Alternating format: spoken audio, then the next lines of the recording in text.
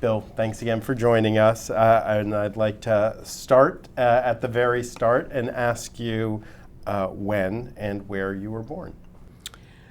I was born in February of 1950 in Billings, Montana. My father had gone to school there, and in fact was born there too, along with my mother. And then around when I was 4, we moved to Donner Summit. And then a couple of years later, moved to Sunnyvale, and I've been here ever since. And could you, what were the principal activities of your mother and father? My father was a school teacher and later on an assistant superintendent, actually, at the Los Lomita School District right here, in just kind of by Menlo Park there. And my mother was, a housewife and enjoyed being a housewife. And what did your father concentrate in a particular subject?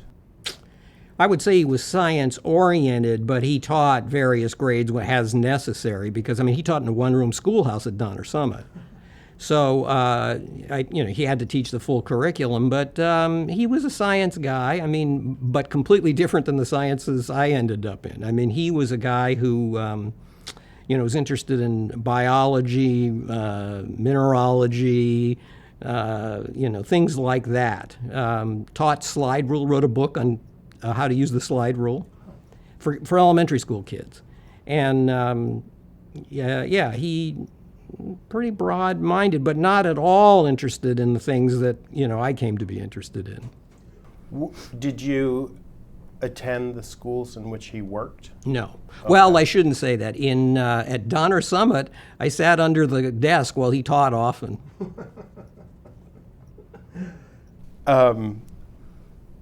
And do you have siblings? I do. I have a brother and a sister.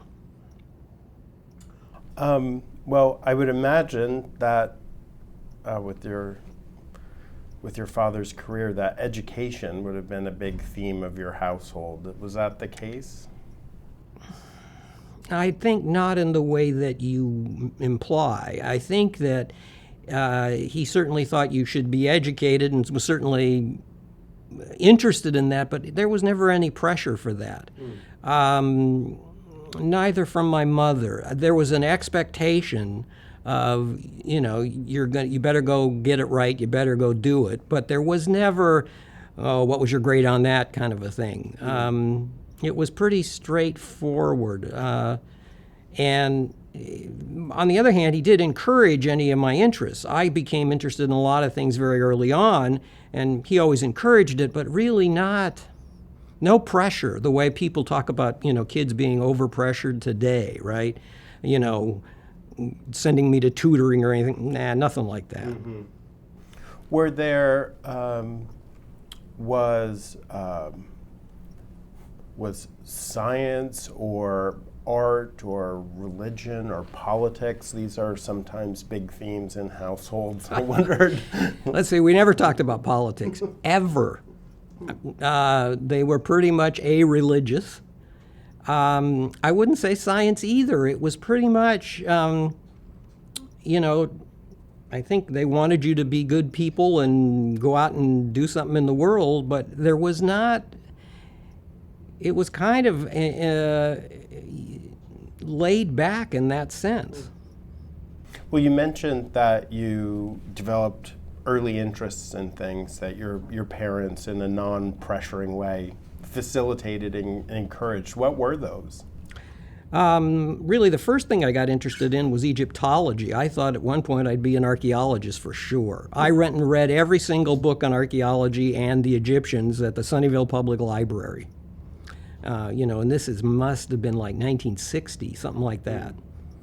And then later on, I don't know exactly what the transition was, but I got very interested in chemistry. Then I was sure I was going to go into chemistry and be a chemist. And I built a kind of an enclosure on the side of the garage so I could put all the materials in and, test things and try things and run experiments and so on. Then a guy that I met, who I later went to school with, like high school, somehow, and I don't remember exactly how that happened, but got me interested in electronics. And I became just completely hooked. That was it. And I never really looked back.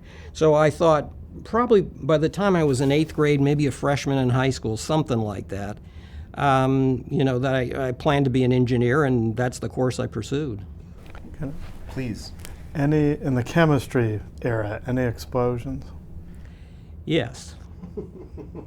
And was it also the case that in this area, the materials for doing electronics work as a youth were, just the supplies were all over the place? Well, it was, as we were discussing previously, kind of a transition time, right?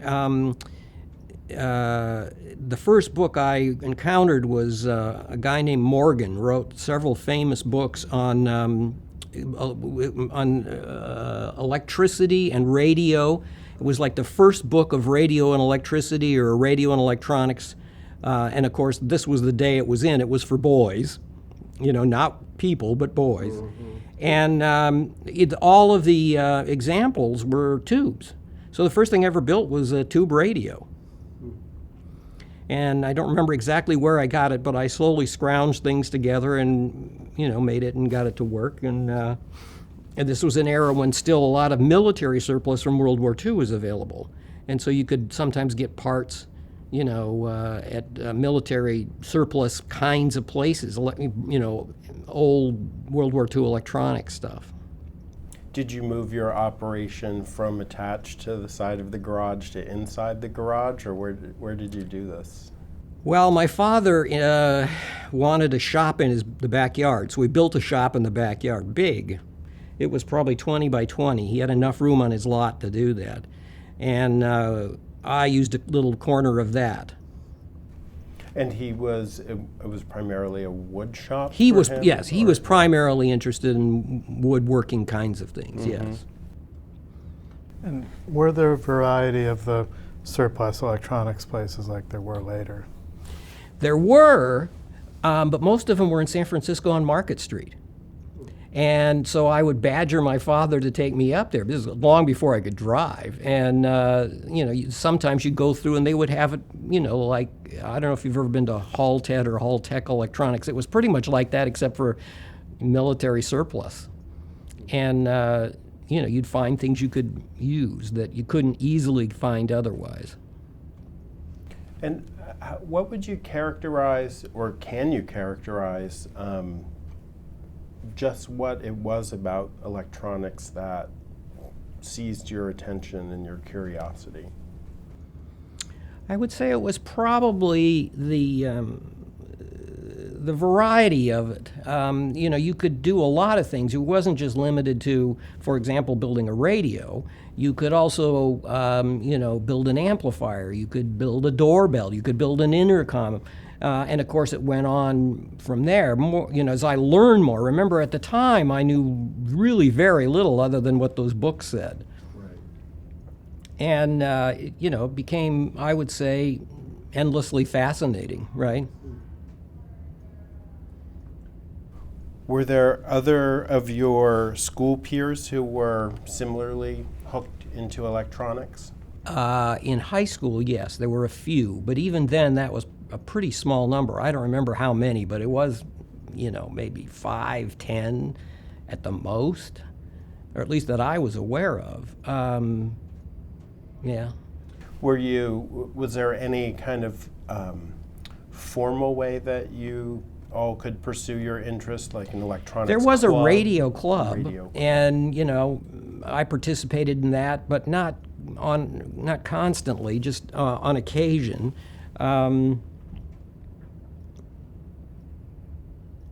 Yeah, I didn't do too much. Of course, other things start to take your interest in high school too, and so I worked a lot. Just to get money to buy a car and put gas in it and so on, right? And so there was less free time than there might have been due to that. I was wondering about your work experiences during high school. Could you tell us about those? Because, the world of work and business It's features different. prominently. So I worked as a janitor for my father in the summers. It was the primary thing I did to get money and then try to make enough to make it work all year. And then later on, right out of high school, this is the kind of the interesting thing, I got a summer job at Fairchild. So this is when I was 18, just after graduating. And it was only intended as a summer job, and I worked as, I don't know what you'd call it exactly, kind of a junior technician in one of the applications areas. It was the transistor, actually, application area. Now, all of that was possible because behind us, where we lived in Sunnyvale, was a gentleman named Alan Ankerbrandt, and Alan Ankerbrandt had been a marketing guy for Fairchild in the transistor division for, I'm not sure how long then, but several years. And I came to, talk to him on occasion about, what I was interested in and about what was going on in transistors. And we spent a lot of time together talking about it over time, and so he knew my interest. And he was the one who actually pointed me to the job, and I subsequently got it at Fairchild. The bulk of what I did was sit in front of a Fairchild 500 tester and test transistors one by one and, record the data and then, draw graphs and so on to try to understand correlations. And was this, at this time, how automated was the tester? So you'd be mounting the transistor into it. The Fairchild 500 tester was pretty automated for its day. It was mostly electromechanical, though. Okay, you put it in, and it would go through a bunch of tests. Now, at the head, it was obviously electronic, but a lot of how it was sequenced was electromechanical, and to enter what you wanted testing, you use little rotary dials that, the little, you've seen them, I'm sure. Yeah, sure. Little black things with numbers on them, and you would enter, I want this one to be 100 milliamps or whatever it was. And you were following kind of a prescribed recipe of tests for the Yeah, different one of the devices. engineers would say, go, please gather this data, right? So it was a kind of interesting introduction. I guess you would have been exposed to the variability of the parts. Oh, yes. An important lesson for later. And what was, so what year would that have been? That was 16, So it would have been the summer of 1968. 1968. And so Fairchild's integrated circuits had just helped with the early Apollo stuff. What was your impression of Fairchild as a company? Where were you working? Well, it was the transistor division, or what would have been the transistor division later. I'm not sure what they called it at the time. And I was in the applications engineering group. In Mountain View. In Mountain View, what was Building 4 in Mountain View, which later on came to be one of my buildings.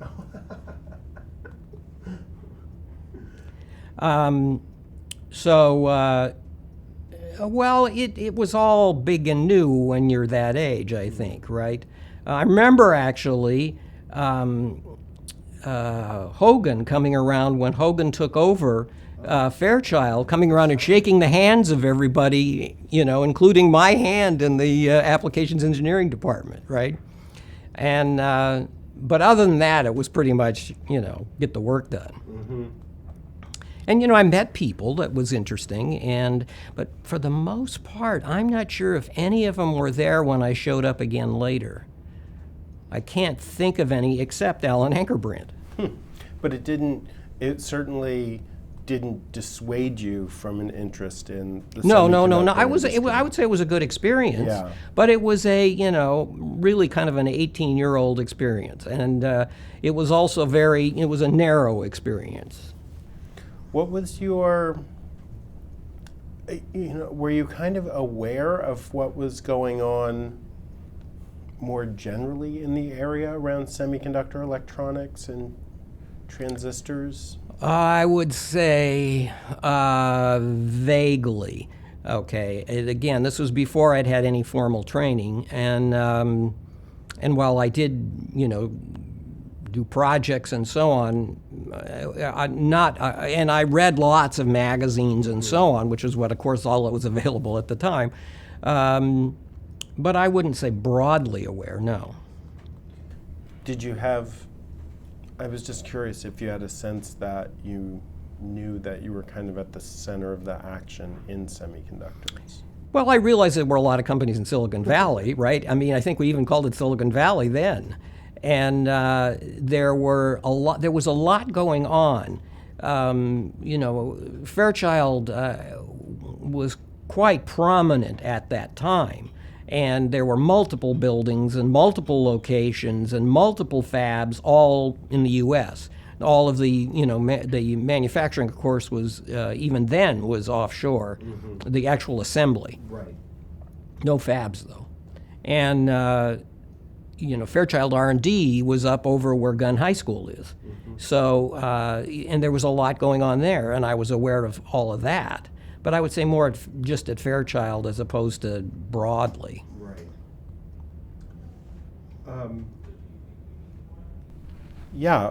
Well, it's an interesting an interesting time and an interesting place to be an 18-year-old on the San Francisco Peninsula in 1968. How was that whole context of Cold War, Vietnam War, and the kind of cultural developments going on? How'd that figure in your life?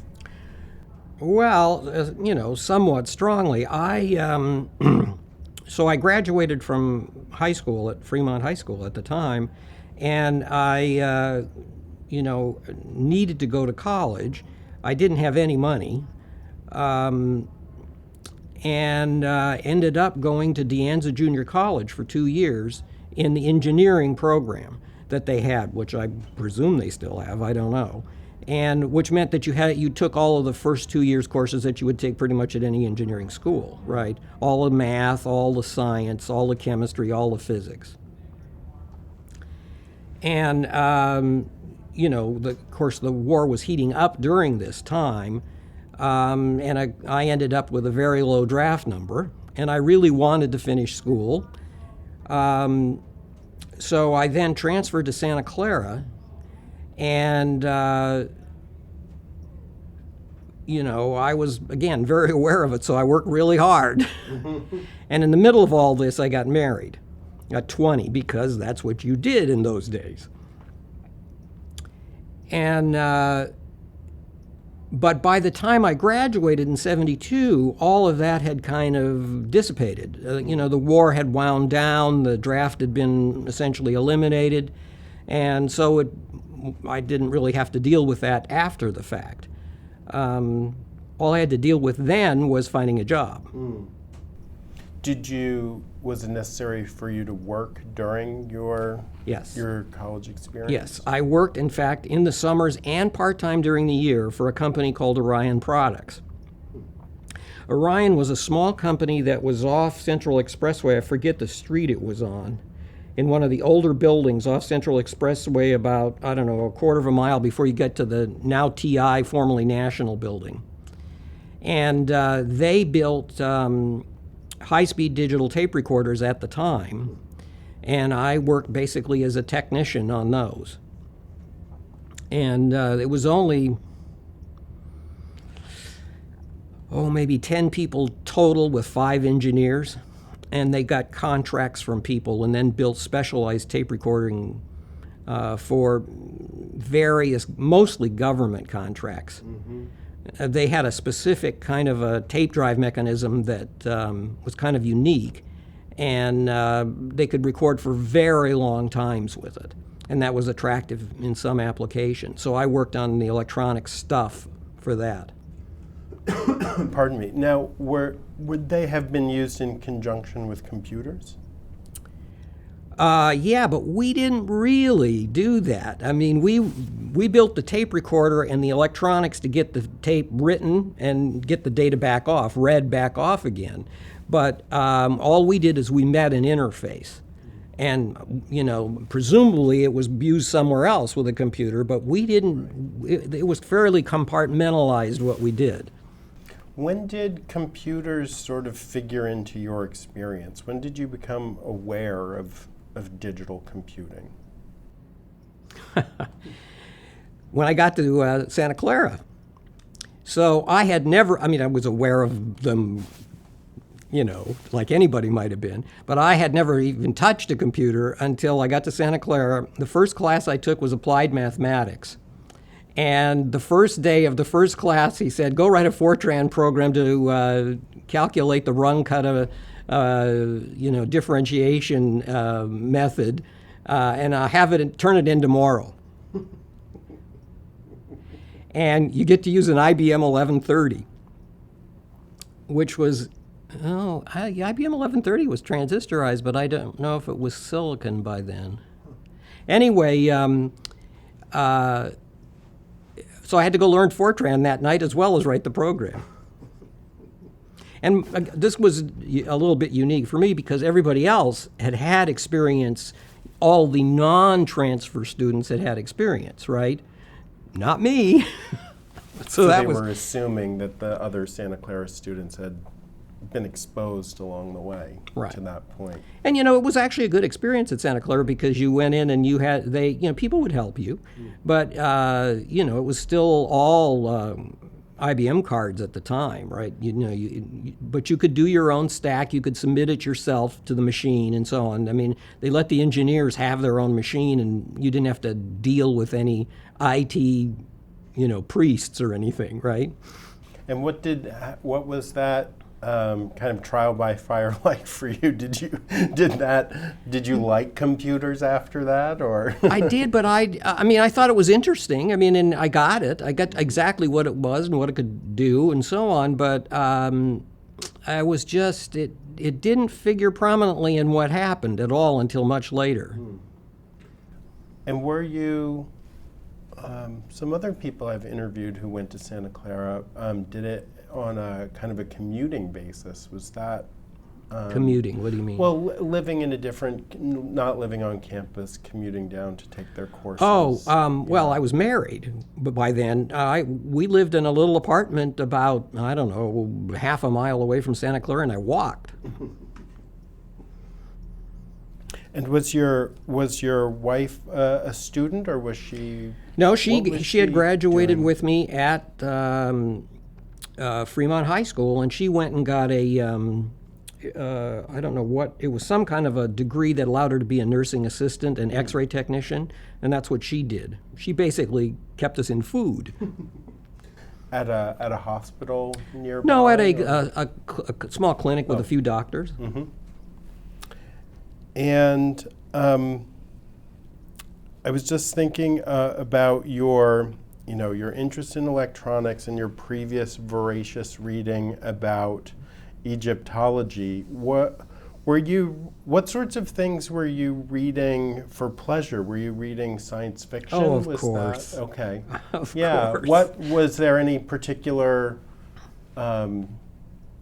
What sort of science fiction were you reading? Pretty much anything and everything. I read all of Heinlein, Asimov, Doc Smith.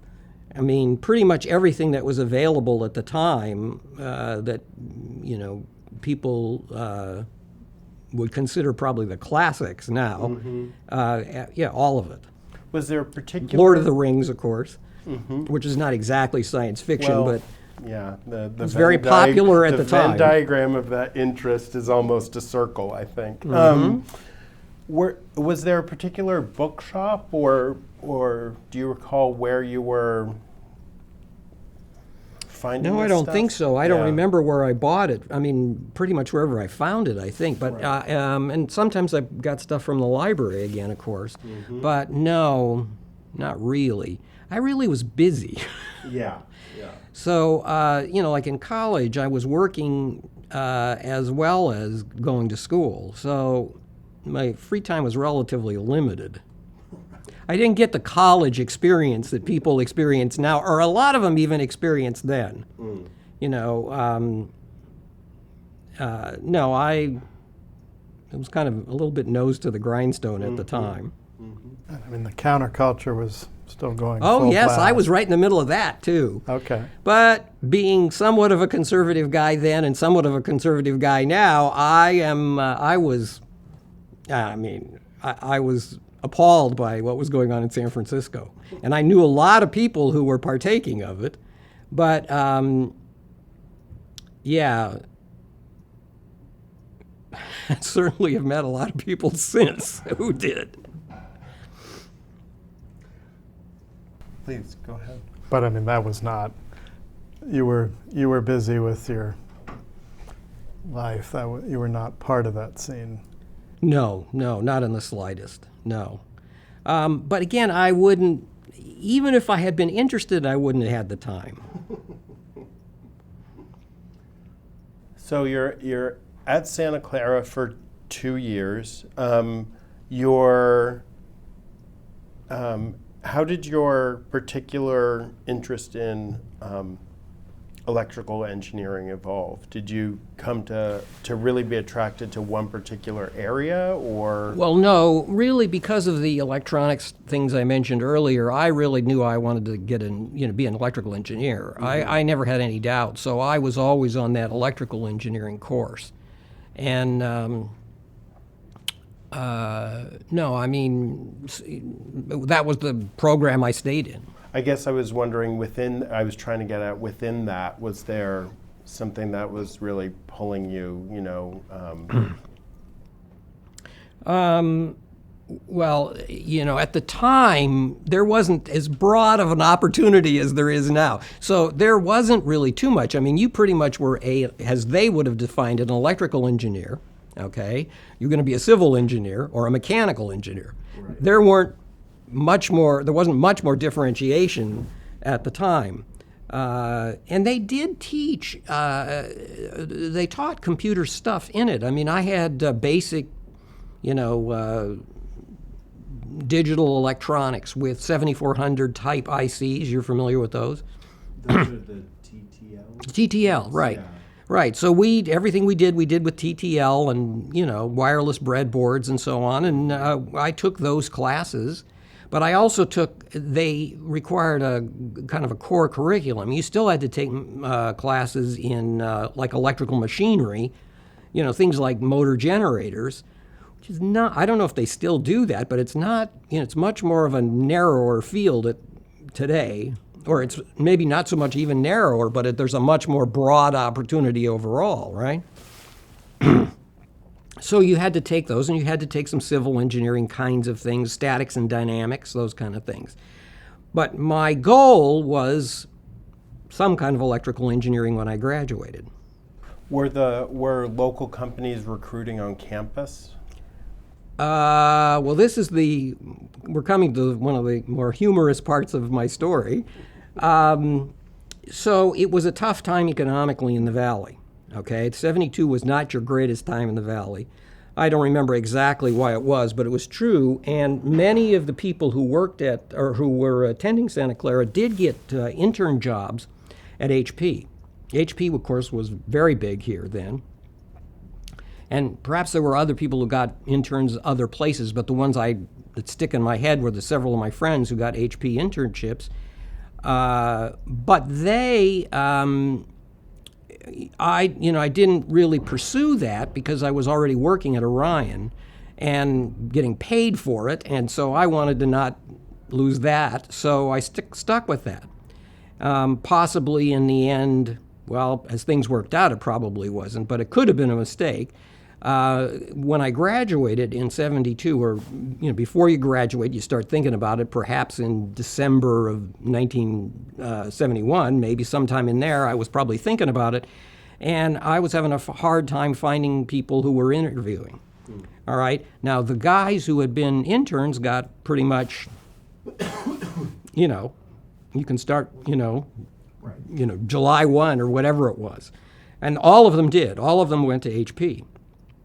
Including one of the guys I worked very closely with in junior college, that he and I had spent a lot of time together. He went to San Jose State, and he immediately got a job at HP because he'd done the same thing.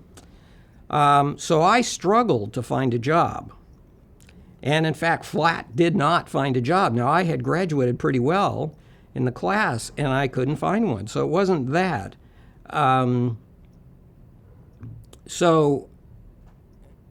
This same gentleman, Alan Ankerbrandt, said, well, there is a product marketing engineering job open at Fairchild. And I said, what's product marketing engineering? And he says, well, it's this, that, and so on. And he described it as well as he could. And I said, well, I guess I need a job. Sounds something like engineering. So I went and got the job. Interviewed and got the job. And what they meant by that is that you were essentially the interface between the factory and the salespeople.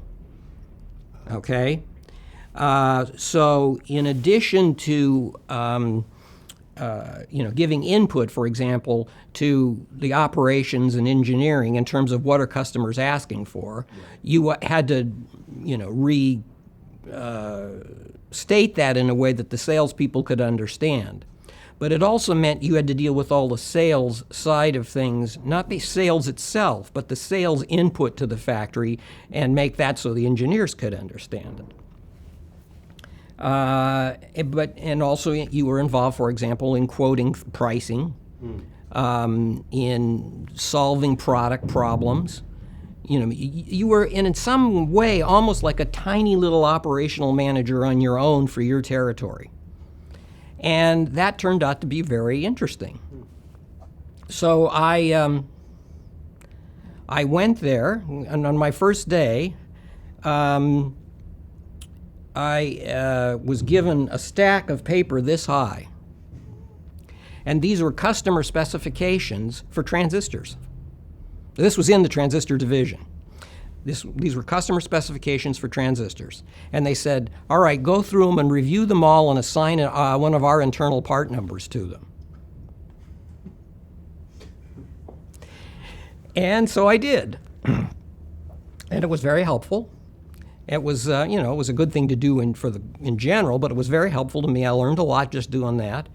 And then the other thing that happened is one of the gentlemen that I worked for, I guess he was the guy I worked for at the time, pulled me aside and started giving me kind of tutelage on basic business.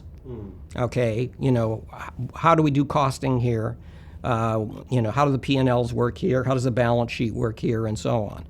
And bear in mind, I knew nothing about anything like this. I mean, I had graduated as an engineer. I'd never really had any interest in it. And I found that I kind of enjoyed the diversity. Okay, the idea that it was kind of your little deal to manage, and your little deal to get right or wrong. And I worked on it and enjoyed it, and things kept moving along. Did you enjoy the analytical aspect of the finance? Not pure finance, only in the service of, the business itself, right? Yeah. I wasn't really tremendously interested in finance per se, but I had to understand enough, particularly there, in terms of costing. How did product costs work? How do we assign costs? How do we determine what something really should sell for? Those kind of issues. And generally, the PMEs weren't given this kind of tutelage at all. Okay, many of them didn't have a technical background, and so that was a problem in and of itself. Some of them just weren't interested. So there was a pretty wide spectrum of capability, I would say, among the people who were PMEs. And were you interfacing, was it mostly through documents, or were the sales people coming back and saying, the customers need something new, or all of the above. But I spent a lot of time on the phone with salespeople. Okay. And as time progressed, as I got my feet on the ground in terms of knowledge about what I was doing, I started going and visiting customers myself. So I would visit customers, spend a lot of time with the salespeople, and then spend a lot of time trying to resolve whatever the issue might be internally. So I would go to the engineering manager, one of the product engineers, okay, and say, or process engineers even, and say, look, this needs to be done, or we're not, this is not working out so well. And I think because of my interest and, I guess the knowledge I acquired, I started moving up in the ranks. And fairly shortly, I guess it took about 2.5 years, I was essentially the marketing manager for transistors. Period. Yeah. And so I had the PMEs and a variety of other people who then worked for me, and then became responsible internally for the bookings, the orders, if you will, for that transistor division. Now we were chatting before the camera was running. I mean, Fairchild is putting out millions of transistors. What, a month? No, we were shipping. We were talking about shipping transistors to the computer companies at that time, right, which included people like Univac, CDC, IBM, NCR. These kind of people all made their own, what they would have called mainframes at the time. Right.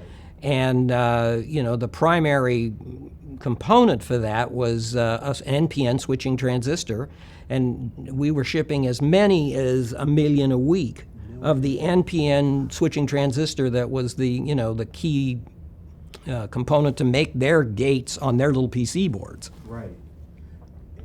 So a million, you're shipping 1 million transistors a week out of assembly. But I was just wondering about what the landscape was like. Was it the case that, there were maybe, a dozen customers that accounted for the vast bulk of that, and then it was kind of a sort of cats and dogs? Or yes, there were maybe 8 or 10 computer makers who could buy anything near that kind of quantities. And again, they also bought things like core drivers. I mentioned to you before PNP transistors that were used in certain applications to complement the NPNs. Right. We also sell things like hammer drivers for the IBM printers. Okay, so the hammer drivers on the printers, that was a good business for us. Power transistors for the power supplies, which were not switching at the time. They were all linear, essentially all linear. All of this stuff. And by the way, the other thing I haven't mentioned, during the course of my tenure at Fairchild, the diodes were in and out of being part of that same transistor division. Fairchild did very well in the diode business, and I think all the time that I was there, the diodes were made up in San Rafael. Right. There was a fab up there. And we shipped millions of diodes. Millions of diodes along with this, because a lot of the usage of the transistors was in a DTL kind of a logic. Mm-hmm. And so all that together, it was a big business at the time, and remained a big business pretty much the entire time I was there. It was declining as they picked up TTL and added what we would call, like MSI parts, small TTL parts, MSI parts, and so on into their computers over the course of the 70s. But it wasn't as fast as you might think. It took a long time to get them introduced into production. And within the company, how many divisions? So you were the marketing manager for the transistor division, diodes was big. How many divisions were there, and what were their rankings? Well, boy, I don't know if I can remember all this. But right. So there was and this, by the way, was not constant. It kind of modulated in and out. So there was a transistor division, diodes, again, sometimes part of transistors. There was linear. There was what they called digital, but was the TTL for business at the time. This is that 7400 TTL part, which was just ubiquitous, invented by TI. There were then, there was also later on bipolar memory. okay, where Fairchild had been very good at doing bipolar processes, and they came out with this isolated memory technology to build bipolar RAM primarily, and PROM to some degree. Later on, they also did MOS and had that as a separate division, MOS. And then other things happened in the course of time. There was also a hybrids division that primarily sold ignition modules to the car companies. Later on, one of the things I did was build power transistors for the ignition module to actually switch the coil. And so the biggest division was probably most of the time the digital division, the TTL. I would say probably then linear, and then probably transistor and diode, sort of depending on when you measured it. This was changing rapidly at the time. Things like op amps came into linear, and that became a very big business. When you were, so you said it was, it would have been then by 1975 that you were playing this role of marketing manager for Transistor? Roughly, yes. Yeah. And in that, were you, who in the company were you interacting with? Kind of who you were reporting to, and were you? So there was a general manager of the transistor division, and again, this changed on and off. And at the end, it was a guy named Manny Fernandez. Mm-hmm. Okay, and there were other people in between. I don't even remember all their names. But yeah, so my job was really to how do we get the maximum sales for the transistor division. And so again, it really meant the same thing still, interfacing with the outside sales force, solving applications problems, visiting customers to get them to commit, figuring out how to make the pricing work. So for example, a lot of the things I ended up doing had to do with Fairchild was not as big as Motorola by far in the transistor business. Motorola was the dominant transistor supplier by the mid-'70s. And, they could be cheaper basically because they were bigger, okay, more volume. Right. And we had to try to find a way to get in, still retain our share, as we saw it, of IBM's transistor business, for example, and I had to figure out how to do that, things like that.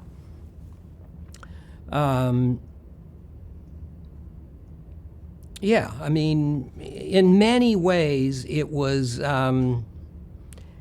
it as much as marketing anything, because we really didn't market that aggressively. It was more, how do we promote the sales? I've always been interested in the complicated problem of pricing in semiconductors, because it really seems like, you're looking at, where is the product in its kind of life cycle? Is it a standard product, And then what am I going to be looking at in this, the kind of the lifetime of the sales of the product to the customer, So it just has always seemed like a complex optimization. Yeah, but at least in my experience, you can't really, it's very hard to sit down and try to make a 10-year plan about that. Yeah. You pretty much have to go day by day, right, and operate day by day. And you're going to be surprised by what customers buy and by what customers decide not to buy anymore. And the spectrum was just unbelievable. I remember when handheld calculators came out, I was in a little south side of Chicago building. I was scared to walk from the car into the building. And the inside were card tables, basically, with many, many, many, many women, okay? hand putting together the parts to make a little handheld calculator. And I was there to try to sell them the transistor drivers to drive the LED displays, so that, they would, manipulate the LED displays current, at the behest of the calculator. And, again, he didn't care what the spec that you had to meet was just, it works. Okay. I had another guy who would come about, I'd say, every 6 months from the Far East. And he wanted to buy all of our our screening rejects. Okay. And I had to take him down in the basement. Okay. And we had, we built a lot of transistors, so we had a lot that would fall out of even the lowest bin of the screening. Right. And they weren't necessarily not transistors, but they weren't transistors that most people would buy. They maybe the breakdown voltage was too low, the beta was too high or too low, they maybe had a little bit too much saturation voltage, whatever it was. And so we had these big cardboard barrels. They were bigger than 55-gallon barrels. And he brought himself like a candy scoop, and we gave him a curve tracer on wheels, and he would sit there and he'd scoop in, go down real low, scoop them out, and test them, just like this, just taking a look, sampling, right? And then he and I would negotiate for how much he would pay for them. For the entire canister. Yes, or multiple, right? And so I can remember, like one time, I think we had, 3 or 4 big canisters, and I got him to pay $50,000 for it. It was a big deal at the time because $50,000, it was pure profit, right? I mean, this was completely written off, right? And, at best you would have got a little bit of money, maybe out of recovery materials, maybe. Mm-hmm. So, it was just all over the map. The kinds of things that you would run into. What was he using them for? He wouldn't say, but they got shipped to the Far East, and I suspect they were going into very cheap transistor radios. Okay, built in Taiwan, China, anywhere over there. Because this was a time when handheld transistor radios were a pretty big thing. Absolutely. And so on the sales side, it would have been mostly other engineers would have been the sales force for Fairchild. Was it really an engineer to engineer? No. I'm sorry. Maybe no, that was initially and that had changed. No, there were certainly some salesmen who probably had an engineering background, but most of them were really people who either were trained to be or had somehow come into some kind of a sales role and found that they could sell transistors and diodes and integrated circuits pretty much just as easily as they could sell whatever they sold before. No, they were real salesmen in however you want to call that. And some of them could really sell in the sense of they could really make the customer, the way any great salesman can be. And some of them were great, some of them not so great. It's the way it always is. Mm-hmm. But it tended to be the best if you could go out there and work with them on a problem. If you could go out and, so for example, I had to go myself to IBM and make the arrangement with IBM because the sales guy, while he was pretty good and while the IBM liked him, thought, seemed to have a good relationship with him, they wanted somebody from the factory to come and, they wanted to have their hands shake and, right. And this happened fairly often. We were trying to get business from Chrysler for the ignition module at Chrysler. Chrysler was building its own. And so I flew to Huntsville, Alabama, and spent time with the engineers at Chrysler. Pretty much everywhere you ended up going. It was a broad spectrum. Did you divide within your area of Fairchild? Did you divide things up for kind of who had primary responsibility for these big customers, transistor customers? Yeah, it was by salesmen, right? Right, It was a okay. territorial, Somebody was- yes, pretty much territorial. And by the way, for all products, one of the problems that the transistor business had at the time was that as linear and digital were starting to get bigger and bigger and being more and more important, it was harder and harder to get the salesman's attention on transistors and diodes. This was one of the conundrums, and one of the reasons ultimately I left the company is that it was pretty clear to me that there was a long-term business here. It wasn't going to be in small signal transistors. It was going to be in power transistors, VMOS, power MOSFETs, Right. and a lot of other things that are now pretty much standard in everything. And the Fairchild senior management was all focused on, LSI, all focused on, linear and digital and those kind of areas, and kind of didn't really want to, they only had so much money to spread around, didn't have the money to go invest in this area. And, I guess we were just unable to convince them. It was at a time when, it was very, very snazzy to be in linear or digital or LSI. And when did you left in '79? When did Schlumberger buy Fairchild? After I left. But I don't like, know right exactly, but it was after I left. Yeah. So at Fairchild, two things happened. One, eventually, I went over and for a while was marketing their MOS memory products. It was their dynamic RAM products with working for Gil Amelio. Okay.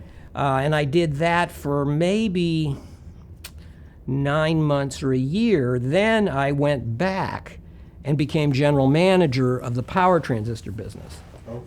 And so that was my first general manager experience. So I was responsible for everything as it related to the power transistors at that point, marketing, building, and making sure they got sold. And that would have that was, how do you connect that to your later, entrepreneurial efforts? Was that your first time where you were dealing with kind of all the components of a business and putting it together? Yes. Yeah. Yes. Yeah. So it was a very good experience from that perspective, and we did pretty well with it. The problem is really what I alluded to a minute ago. We needed to make it go somewhere. We needed to make some investments, which I was unable to get anybody interested in making. It's not that they necessarily just didn't believe. But if I got money to invest here or in this thing that I think is really cool, that's how it got invested. I mean, the irony of it is,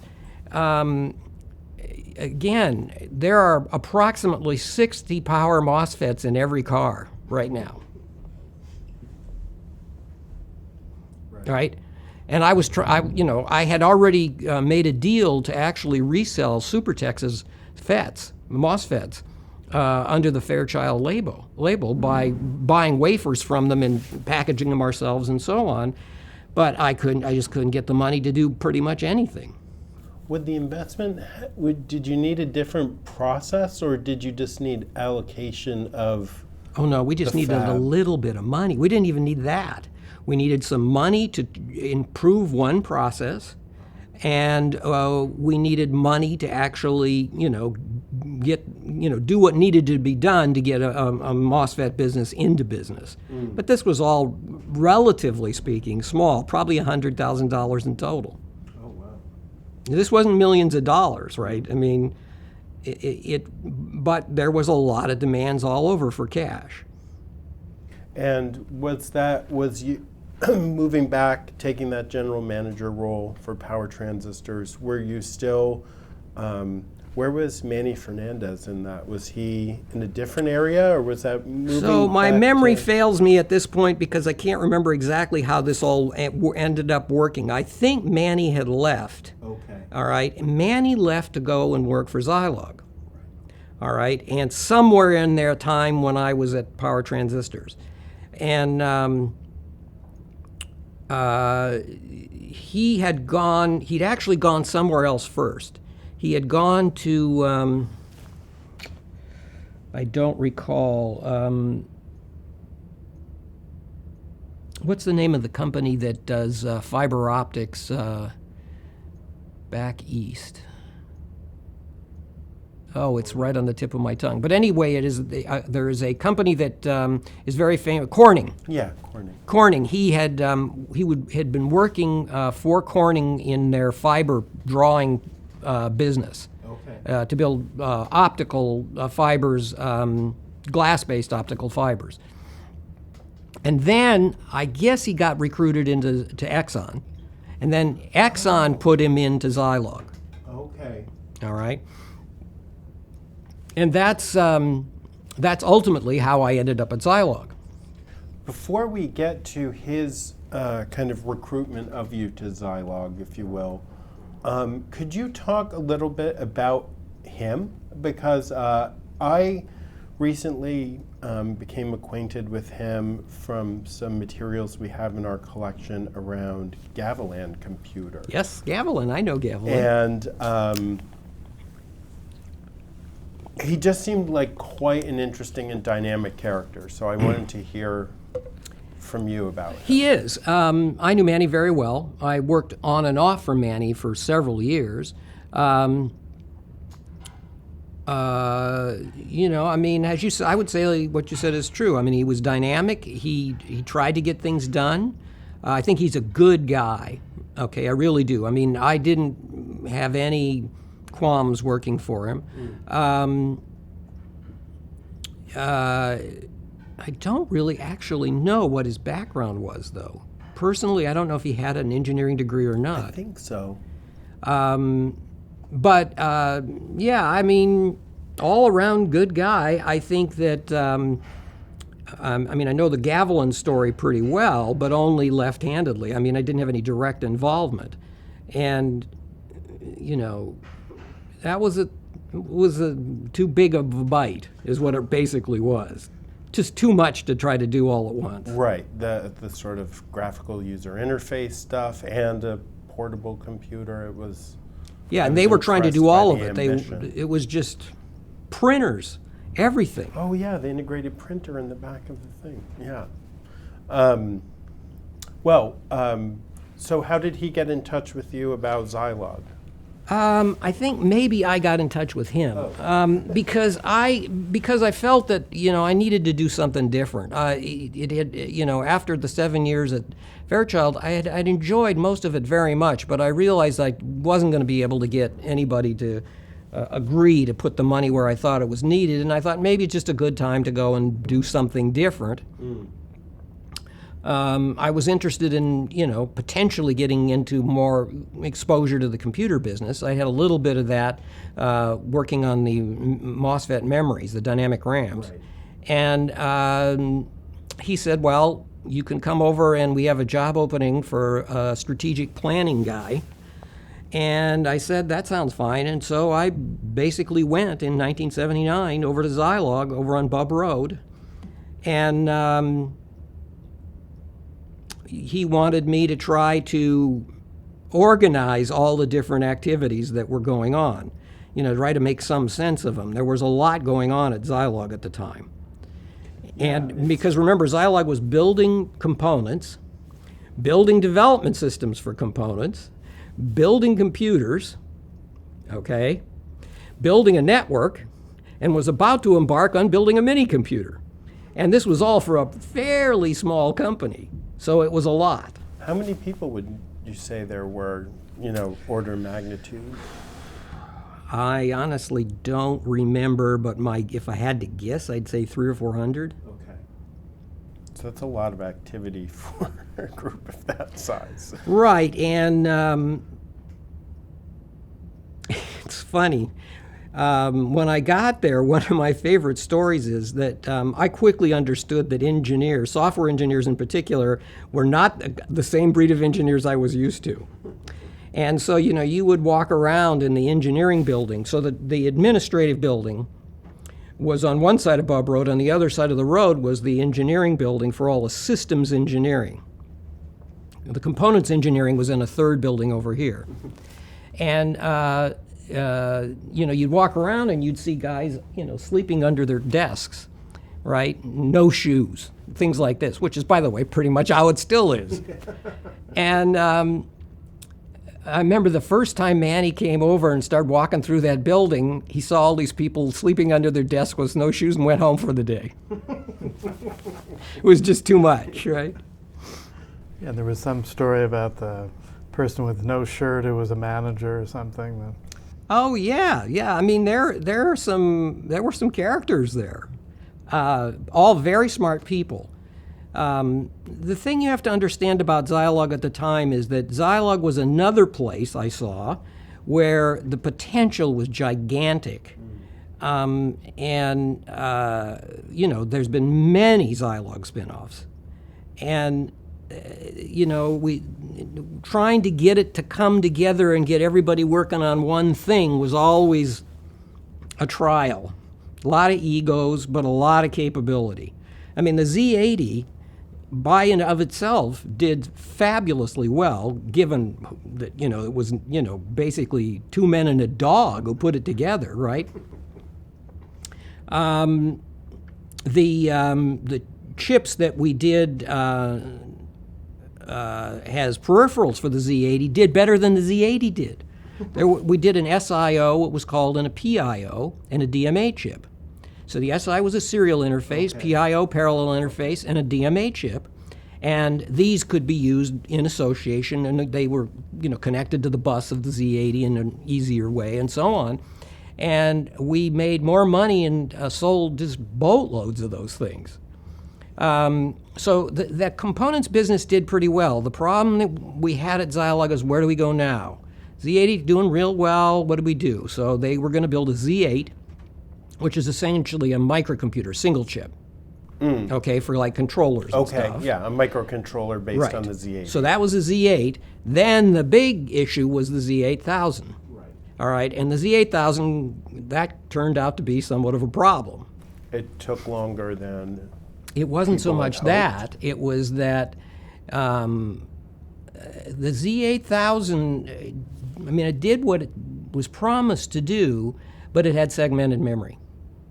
Now, I don't know how technical you guys are, but I'm not. I don't understand the significance of so segmented memory just means that they built in a hardware memory protection mechanism so that you had to change segments, okay, if in a hard way, if you wanted to, for example, maybe switch from one task to another, or switch from one user to another. Now, on the face of it, that sounds good, but that's not what customers wanted.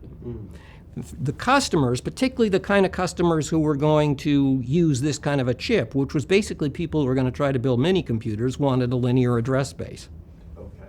Because it's just much easier to deal with. That meant that they would have to put their memory protection into the computer, or into the operating system. They were okay with They that. would rather figure it out their own way, but have that much more flexible kind of use of memory. Segmented memory of size limits on each segment, too. Yes, and they had some clever ways to try to connect them and hook them up and so on, but it was much more complicated to get between segments, and you had to keep track of that. And believe me, nobody wanted to do that. It was not, it was not popular. And so that one of the problems they ran into was this whole segmented issue versus the Motorola 68000. It wasn't really versus Intel. Intel then came out with the 8186 and then the 8286 and so on.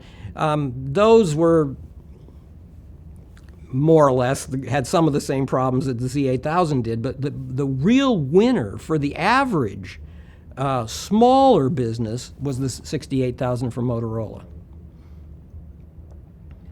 So you're coming into that landscape. You're also coming into where Exxon had just made, taken a majority stake, and it's Exxon Office Systems. So they're Owned by also- Exxon, though, right? Right. But they are. It's also Exxon starting to have a new ambition to. Right. This is Exxon Office Systems, who had already bought a bunch of companies that they were trying to cobble together to basically make an office of the future kind of offering. They bought, well, let's see if I can remember them, Quip, Quix, and Videc. 3 companies. I can't remember which is which. One of them was a fax company. One of them was a hard-coded word processor. So it was a word processing machine, but like Wang, yeah. But not. But you couldn't. You had to upgrade hardware to change functionality. It's not the brightest idea. And then I forget what the third company did, but then they were trying to then somehow fit Zilog into that. So they were really looking at Xerox then? Well, I think they probably thought that, but even Xerox wasn't really focusing on that very much, as you probably know depending on what interviews you've done with Xerox PARC. Right. By the way, I can't overstate enough how much interaction there was between, for example, the Zilog people and the PARC people.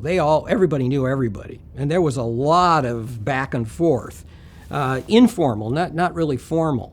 Very early on, I went and saw everything that Xerox PARC had, and saw the Star workstations, and saw their early version of Ethernet, and all this stuff. Soon after joining Zilog. Yes, I don't remember exactly when, but pretty quickly, yeah. And there were the parties that I guess Judy Estrin had with Xerox people, where people talked about networking. There were a lot of parties. Yeah. No, it was almost collegial, I would say, in terms of particularly those 2 companies, and maybe others too, I don't know. Well, I don't know. Do you know Judy? I've exchanged email. So Judy... But go ahead. No, but I was just reading the interview the 2 of you did 25 years ago, so... Well, Judy's best friend worked at Xerox PARC, Barbara Colkin. Well, her name's different now, but that's what it was at the time. Yeah, they were housemates, right? Yeah, actually they were for a time. Because what I think you both talked about, and I had read somewhere else, is that there were a number of parties in which some of the people that were really interested in networking kind of came together as well. And that I guess it was the systems development part of Zilog was kind of almost a park in miniature with beanbag chairs and the whole. Oh, yes. As you said, very, very different from the other part of the company. Yes, all that's true. Absolutely.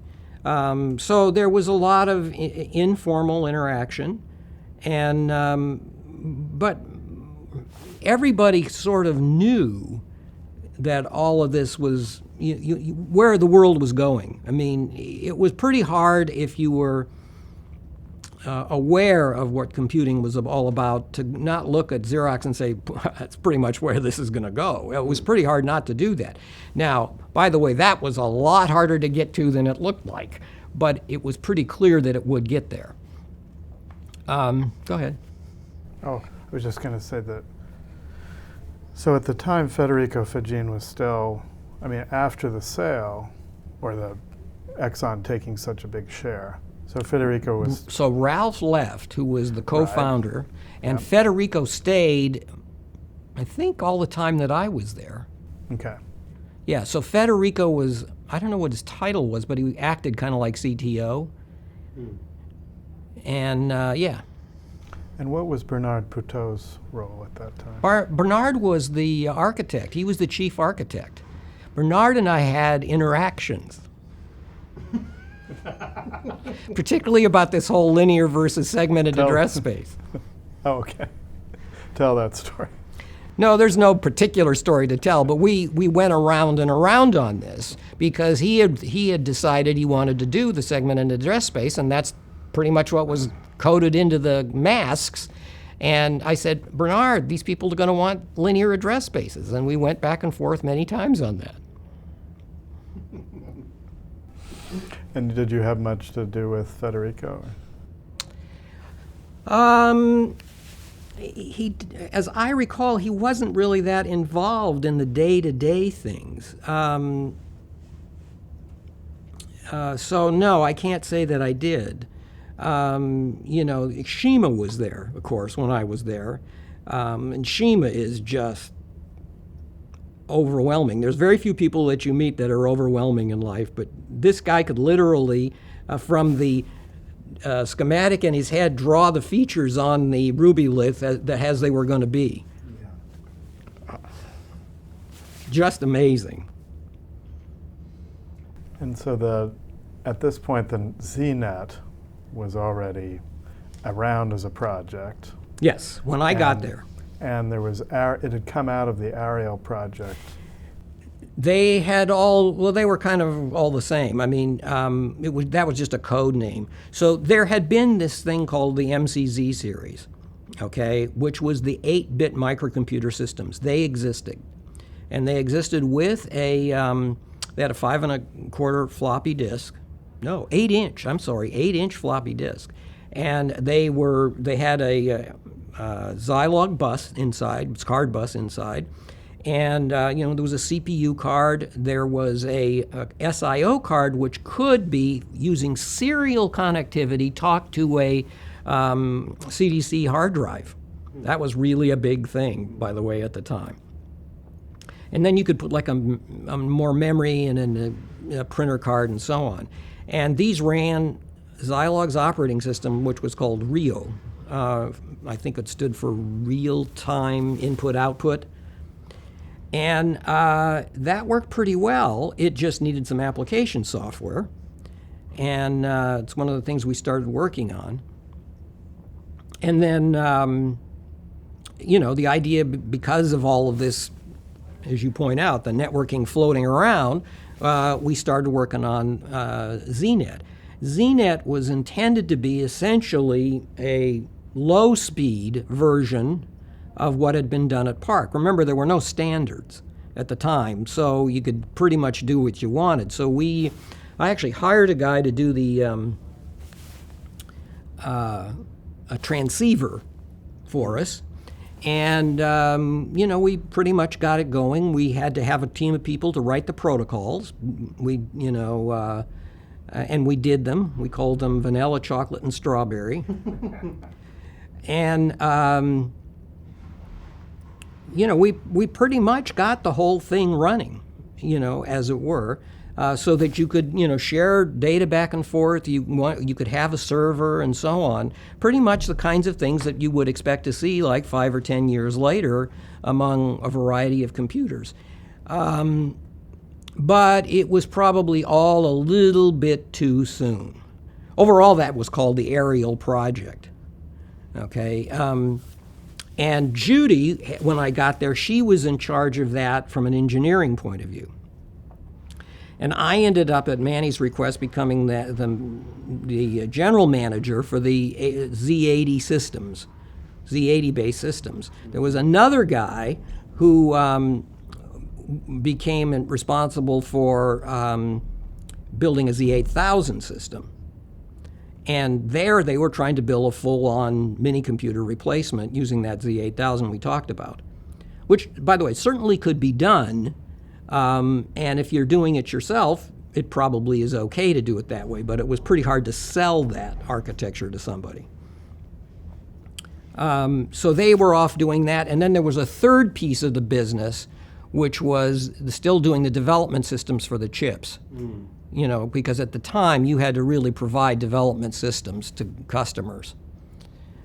And that's kind of how it was organized. And we worked on that and slowly tried to pull the pieces together and get it to all work and be a viable thing. It was a very tough time, though, because there was very little software that you could even pay somebody to port with. Okay? I mean, the software that was available was really, if you think about it, mini-computer software. So the first person we thought of to go to was Microsoft. And, we tried to get Microsoft to port like their COBOL or their Microsoft Basic onto Rio. They really didn't want to do that. One of the ideas that Judy and I had is we went and found this guy who did WordStar up in, he was in San Rafael somewhere, and we got them to agree to sell it to us and port for us But Exxon wouldn't let us do it because they didn't want to screw up whatever their hard-coded word processor was going to be. All right. Okay? They were afraid that it would cannibalize that. And so that, it would have been we could have done very well with that, I think, but we couldn't get them to agree to it.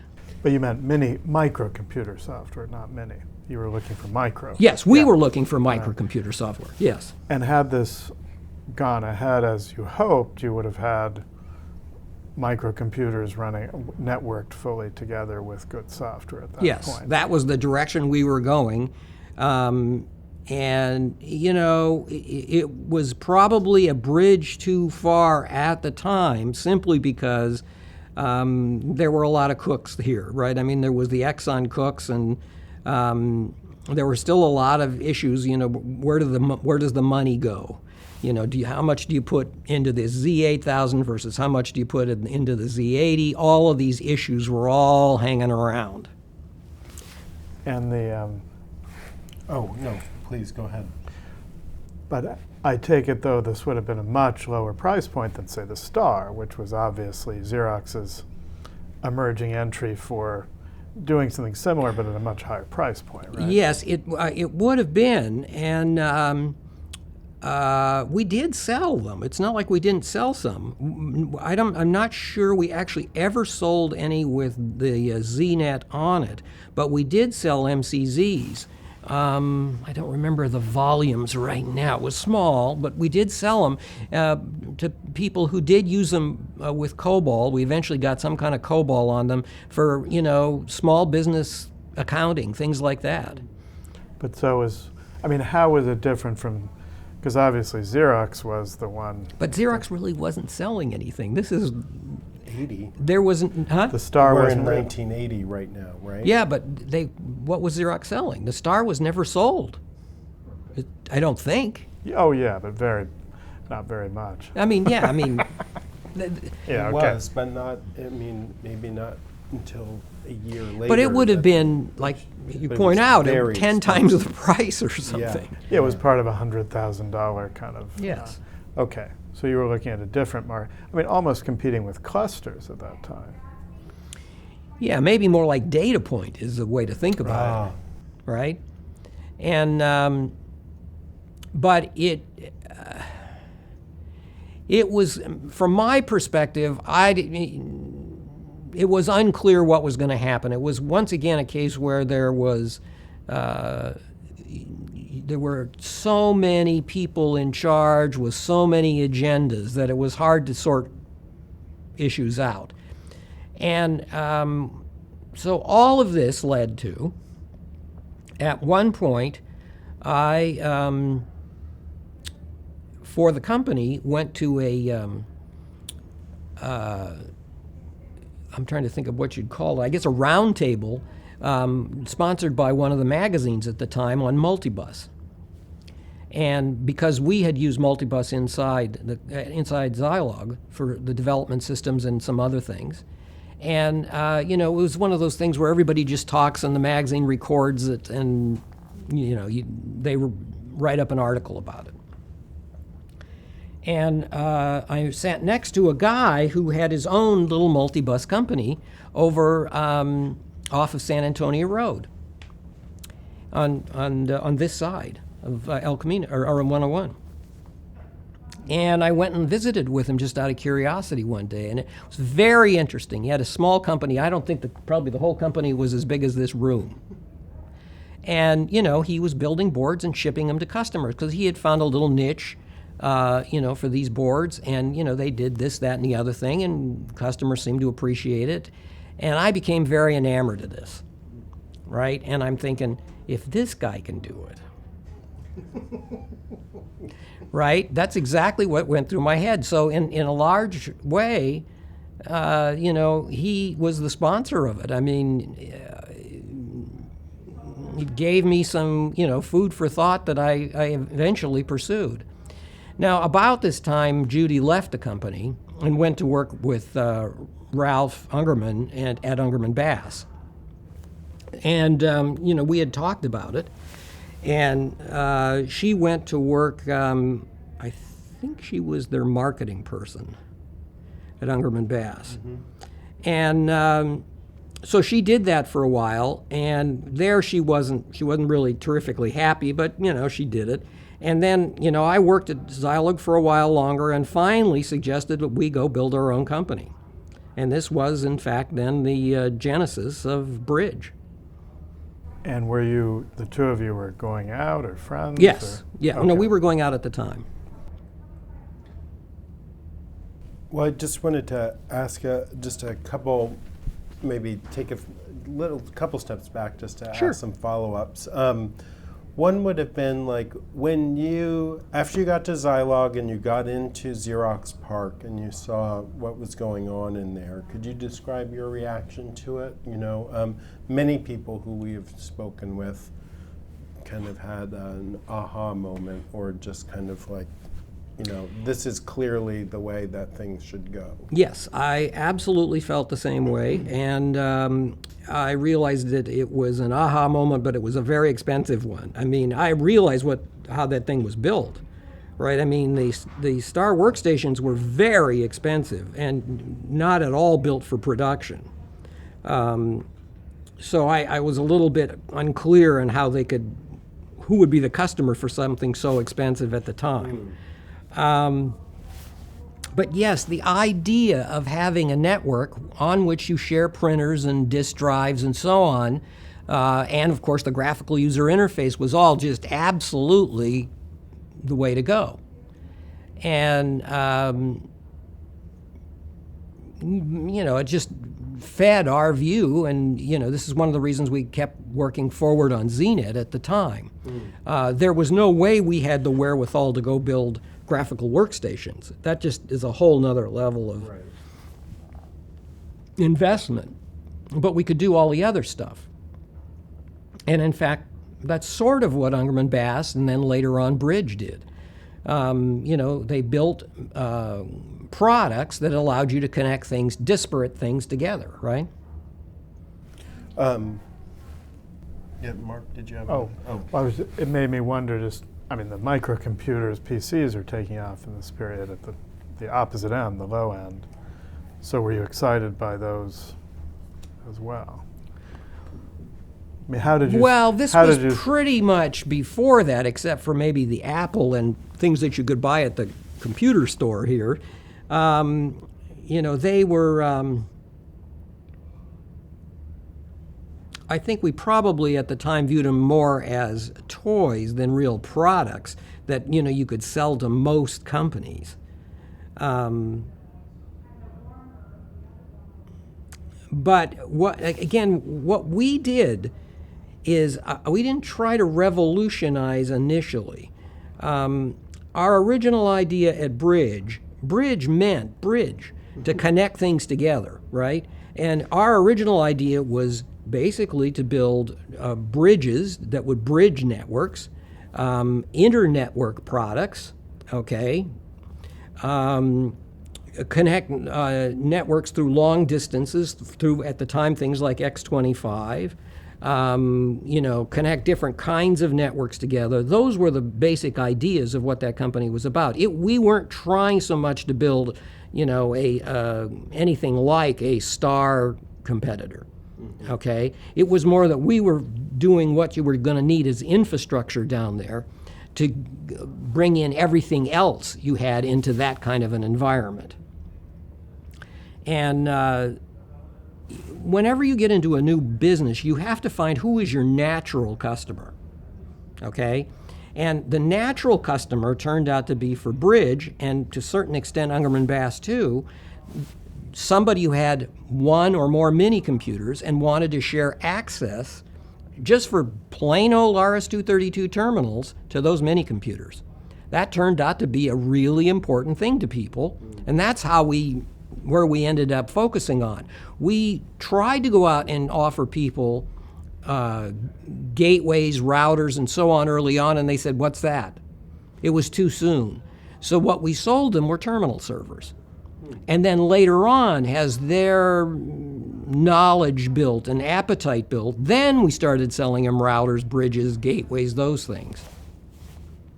You wanna- Oh, I just had a very kind of a footnote, kind of a question about, I'm racking my brains, but I seem to remember something about there were people working at Zilog on the development systems, apparently on, there's always this kind of sort of magnetic force drawing a development system to be a full-fledged computer.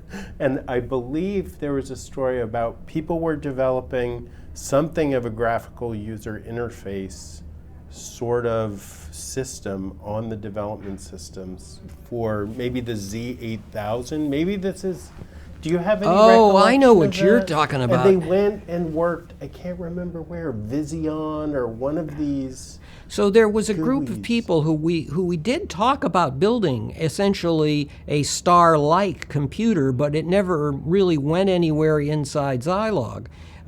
There was a guy named Dave Folger. Dave Folger was a PhD in computer architecture, and he made a presentation at one point to basically build a very high-power computer with a very fancy user interface. As far as I know, that never happened. Now, him and maybe some of his friends went off and did this, but I don't think it ever happened at Zilog itself. At Zilog, we had done some clever things, but they were really more simple-minded. We had, for example, a what you see is what you get editor called Eddie Freddy. So it was a full 2D editor, and and worked just like any modern word processor would, on just a CRT screen. It worked very well and very nicely, but it was never finished as a product. Was that on Rio? Yes. Okay.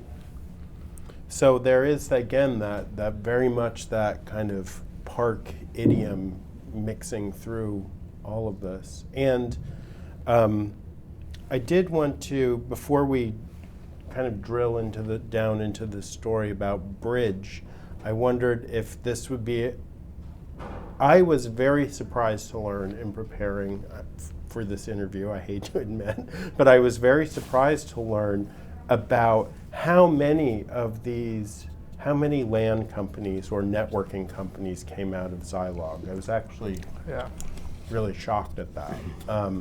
And I just wondered if you could, talk about that. Well, the primary ones that I'm aware of are Bridge and Ungermann-Bass. And I'm not sure who you're referring there was to. a third one that I think came out later than those two. Let's see. I mean, I not can- Excellent. And I think So, even a fourth. Exelan, I guess it did have some people who had been there, yes. Yeah. Exelan, from my perspective, though, was never really materially in the same business we were in, so I didn't really track or follow them very much. I think I know who the guy is that you're talking about, but there were so many companies. I mean, when we started Bridge, we actually rented a building from Zilog, who'd since moved, or one of the buildings that had been Zilog's, and right next door was a company called Scitech, who also was a LAN company. Really? They built a little box with 2 ports in it for a broadband network, a proprietary broadband network. So there were lots of LAN companies at the time who were around. As a pragmatic issue, though, we made a bet. Okay, the bet that we made at Bridge is that Ethernet would win. And a lot of these other companies made different bets than that. So Scitech bet that they could somehow go somewhere with their own broadband, and that never really worked out. I mean, they did some business and so on, but no broadband standard evolved till much, much later. There were other proprietary networks out there. Eventually there was Token Ring promulgated by IBM and TI. Then there was MAP, which was GM's token bus network. I mean, there were all these networks, okay? And in fact, beyond that, you multiplied that by the number of protocol stacks. So many people had their own proprietary protocol stack. And we at Bridge, in fact, started out with the XNS protocol stack, okay, which Zilog was, Park was making freely available the specifications. And so we thought, well, Xerox, will probably have a good chance of having it become a standard, so let's use it. And that didn't really work out for us. Within a year, we realized that it was going to be TCP/IP. And so we had to go hurry up and write a TCP/IP stack and offer both of them, which we did. But within another year after that, we never sold an XNS. It was all TCP/IP. TCP/IP coming through the university systems, the fact that the university had already kind of picked it up and so on, just absolutely swept the day. And, so our early customers were often universities, so TCP/IP is what you needed. And to step back just a little bit at the beginning of Bridge, so you had initially, you had wanted to go to Ungermann-Bass when Judy went there. No, I hadn't wanted to go there. No, Judy had gone because she just wanted to go out, leave Zilog, I think. I didn't know what I wanted to do, but after I met this guy, I started thinking about maybe I could do a company too. That's really what it was. I never even thought about going to Ungermann-Bass. Okay. No, I thought you had gone and there wasn't a good feeling there. You didn't feel there would be a future there for you. That's what Judy felt, but it wasn't me. I never went. No, I know you never did. It was about putting out feelers to them. But no, I never did for Ungermann-Bass. I didn't. She did go and work there for a while. And, she knew all those people far better than I did because she had been there at the beginning when some of them had been there. And she knew Ralph. I never met Ralph. Okay, so then when you did finally start Bridge, just tell us about the creation. And I understand Judy was then doing work at Xerox PARC on the XNS, documenting the XNS standard protocols. Well, she was doing that all along. Between XNS and Ethernet, she spent a lot of time doing standards in those early year or two. So she and I recruited Eric Benhamou, who you must know, right? And a guy named Jean-Pierre Bossflug. And they were the four founders of Bridge. Eric had been at Zilog working for Judy, and Jean-Pierre had not been at Zilog, but Eric knew him from somewhere, and he became our hardware guy, our hardware development guy. And we, I wrote a business plan on Scripsit, on a TRS-80. And they had a little word processor that you loaded on a little cartridge tape called Scripsit. And I wrote the business plan on that with a little tiny pin printer. And started going out and shopping it, and it took us a full year to finally raise the money. Did you have connections into that world? Not really, because I'd never done this before, right? So not really. I had some pointers from friends and stuff, but I didn't have any real hard connections. And the problem, there were several problems. One of the problems is that they didn't see me as having ever run a company like this before, which I hadn't. I did have general management experience, but not running a startup. One of the problems is that they did not like, I shouldn't say they didn't like, they were skeptical of a couple actually doing a startup, okay? But I would say the biggest problem was that the ambiguity of the standards issue just scared them, right? What is going to be standard? Well, I could all we could offer was our perspective. And they really, by the way, didn't bring up the XNS issue. That happened all later. That was too much for them. You didn't talk, when you started talking about ISO protocol stacks, they just glazed.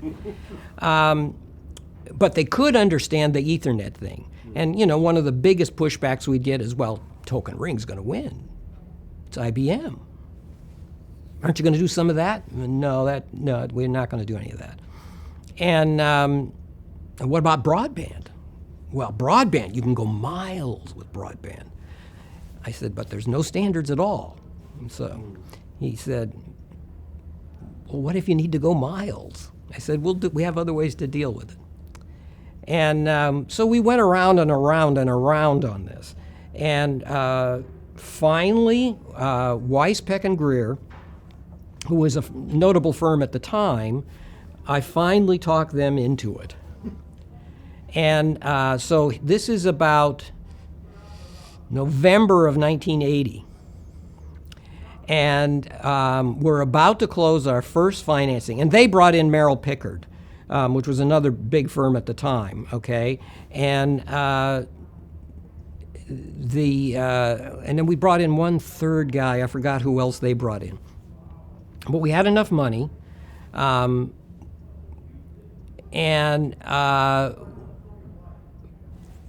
almost set to go and do the close and so on. And Strategic Incorporated comes out with a market research report that says Token Ring's going to win.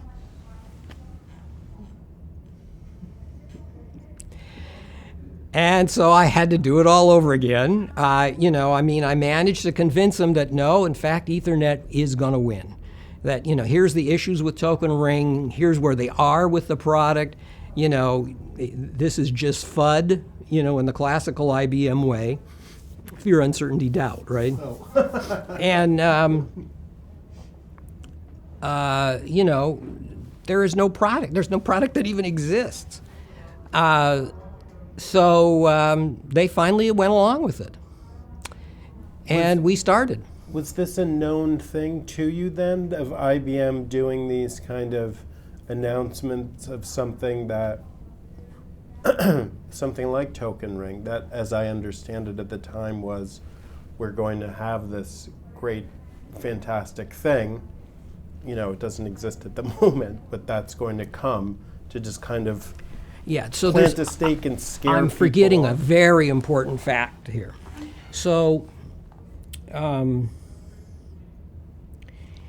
because it'll make it clear. One of the pitches that was made by both IBM for Token Ring, as well as General Motors and some other people for this token bus approach, okay, was that it was deterministic. All right? You're going to know absolutely where that token is, and you're going to know that if you send a packet over here in 1, 2, 3 time slots, it's going to be there, and there's going to be absolute guarantee of that. Okay? Because it had to be. That was just how the Token Ring worked. It was just like this, right? And so you knew you could get a deterministic delay time between this and this and this and this and this and this and this and this. That was their pitch. Now, IBM did this because that's how IBM thought about things. It's how SNA worked, okay? And General Motors, and to a certain degree Boeing, thought the same thing. We can't have an indeterminate network on our factory floor. We don't want the plate moving here while the drill bit's going up. I mean, that's the kind of thinking they had, right? And so that was part of how this was, the overall push on why Ethernet wouldn't work. Okay, now, as we all know today, you don't see any problems with Ethernet and determinism at all. Okay, and the reason you don't, partly, is because the speeds are too fast for any kind of problem in them for the most part. The only time you really get jitter in the delivery of packets is when you're going across the internet. But when you're in a car, when you're in a building, there's no deterministic issue. Even in factories, it's just nothing. And I'll get to that if we get to another story I have about this later on.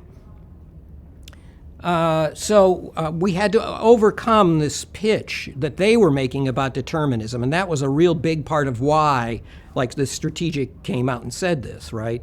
And but I managed to then reconvince them, and we started moving forward with the company. And where would you say your conviction, you know, like you knew that you were making a bet on Ethernet in this different, where did your conviction come from to make that bet? Why did you think Ethernet was going to? Partly because we thought we could make it the cheapest, okay? You know, now this wasn't to be true initially, but that it was a wholly understandable problem, right? How to make Ethernet work. And we'd already worked through it, if you will, a little bit, even with ZNet. ZNet was only different in speeds and feeds. It wasn't different in how it worked, okay? And, you know, and by the way, at the time, none of us had really imagined Ethernet the way it is now with the switches and the home runs back to the switch, right? I mean, if you have Ethernet here, it's, you know, the cable goes back to a switch, or even maybe it's just pure Wi-Fi, right, which is just kind of a wireless switch, all right? We were still talking about running that yellow cable around and tapping off of it wherever you needed a device. And even then, we thought we could be really quite cheap, as opposed to having to put even more knowledgeable stuff in this node that has to be attached to every device that's going to be on the network.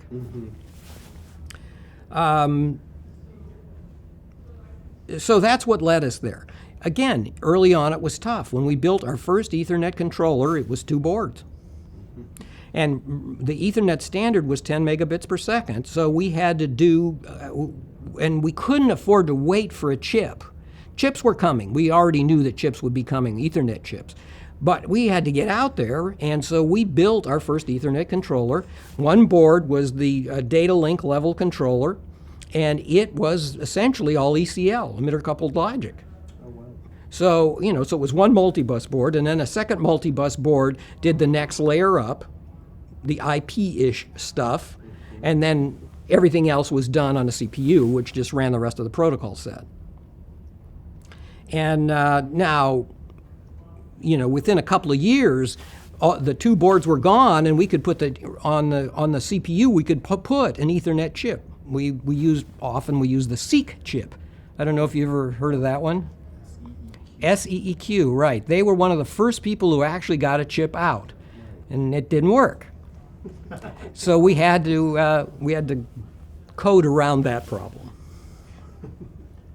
And I've read that also you, at the time, you thought Ethernet was one of the closest to potentially becoming a standard. I mean, obviously IBM. Yes, because, yeah, again, IBM and the token bus there was really no implementations, right? I mean, what Xerox had proved, if nothing else, is that it worked. And there's an implementation, you can see it right there, right? But I mean, it's a little bit later that they did standardize it, and you were a part of that with 3Com and I mean, the various companies, but that was already visible that there was a chance that it would become it. I mean, wasn't Xerox? No, everybody pretty much thought that because DEC, Intel, and Xerox, the DICS group, had gone ahead and pushed for it, everybody pretty much thought that there would be no problem with being a standard. And I mean, what worked was, this would have been more of a problem if the IEEE had not been persuaded to have multiple standards, right? Then we would have had a cat fight, of course. But it was, so all right, well, this one's pretty much done, let's do this one. Well, that was all good for us. If they'd have tried to make them co-equal in time, I don't know what would have happened. It would have been awful. It would have delayed this a long time. Right, that's where they did the various 802s that could be 802.1, totally .2, different from each .3, other. yeah, .4, yes. Right, they basically gave each one a sandbox to play with there. Exactly. Yeah, and Judy was involved with that, right? Yes. But that's a year or two later after founding. Yes. Yes. And XNS, they were publishing Xerox was making public some of the protocol, although maybe that's a little later, they held back some of the printing stuff, but that's... Right, but that never really was an issue, because what happened is that by the time that might have been an issue, we already had to go to TCP/IP. Right.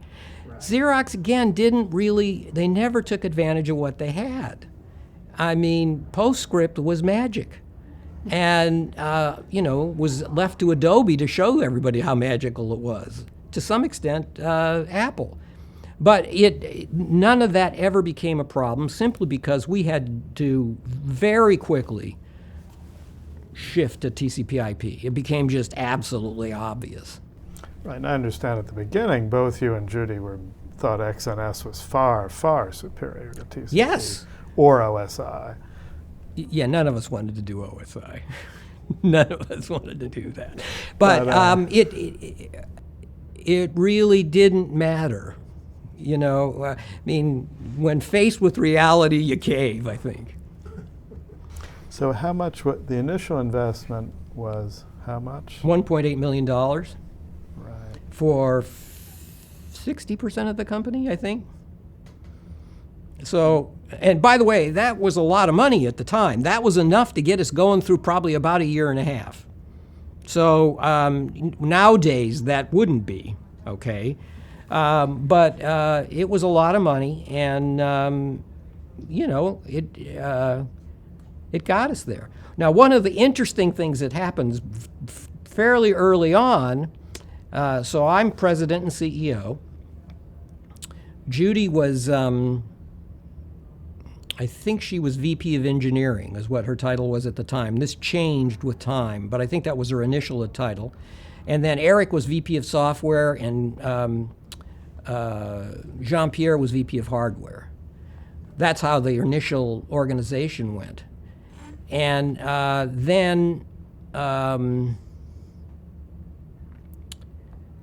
but the board had a little bit more cold feet than I expected about me. What can you do? And they brought Ray Norda in. Now, Ray Norda ended up running Novell later.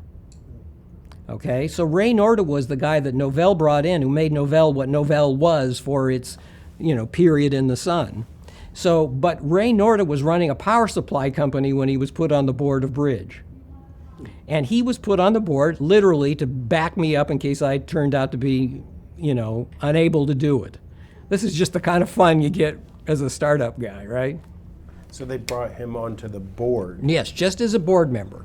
Okay. But he was there to learn a little bit about it, and if I stumbled, they were going to put him in charge. They liked him because he had done a couple of things before for them. And, he was a smart guy, but he had no knowledge of networking. When he began. Exactly. So he got the free education for Novell from Bridge, which is kind of interesting. And I know later you had talked about, if I'm not mistaken, the possibility of combining Bridge. Yes, we had. Was he on the other side? He was CEO. No, yeah, Ray and I talked to about maybe combining Novell and Bridge later on, and then he backed out. He had actually brought it up, but then he backed away, and I'm not really sure to this day why. And subsequently then, of course, that ended up pushing us, I'm not sure that's the right description, but migrating us towards 3Com. Right. That's down. And I hadn't understood that previous connection.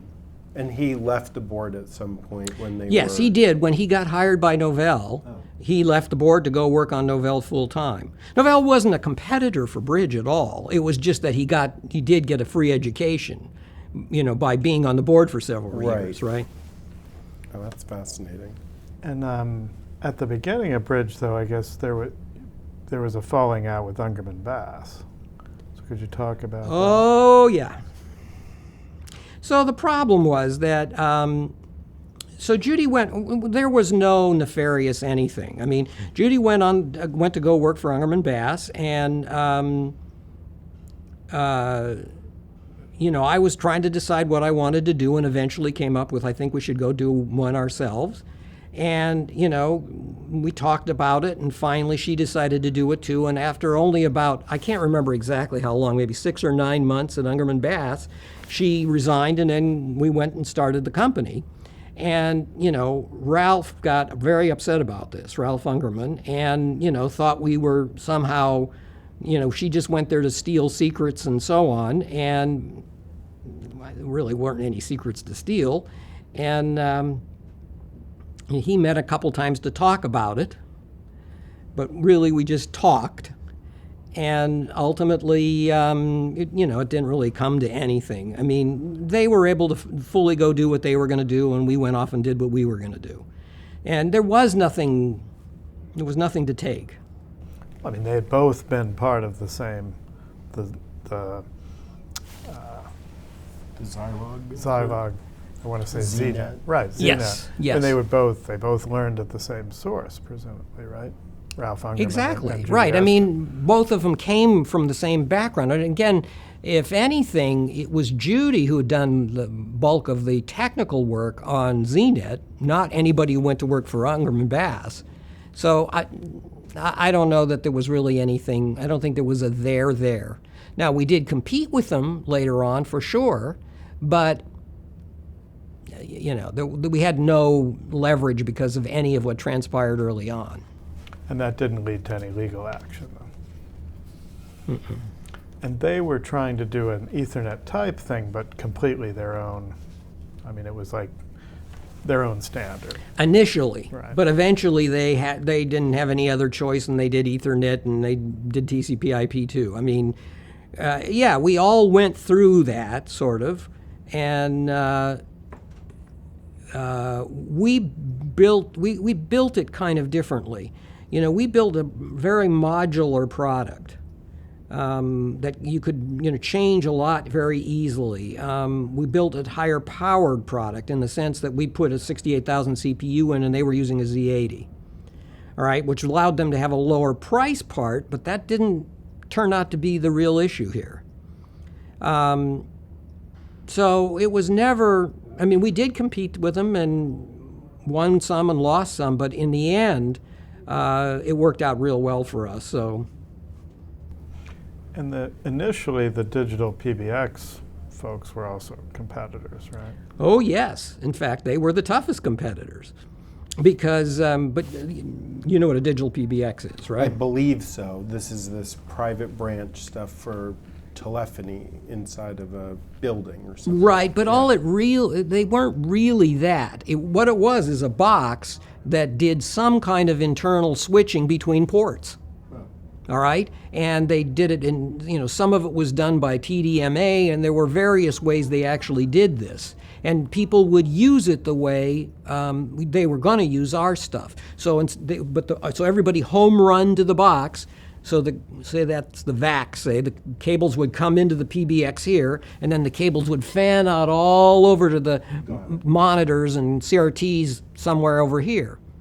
So you could switch among things in much the same way, but it didn't have any of the flexibility of distribution. It was a single point of failure. I mean, there were all kinds of issues relating to it that could be addressed with the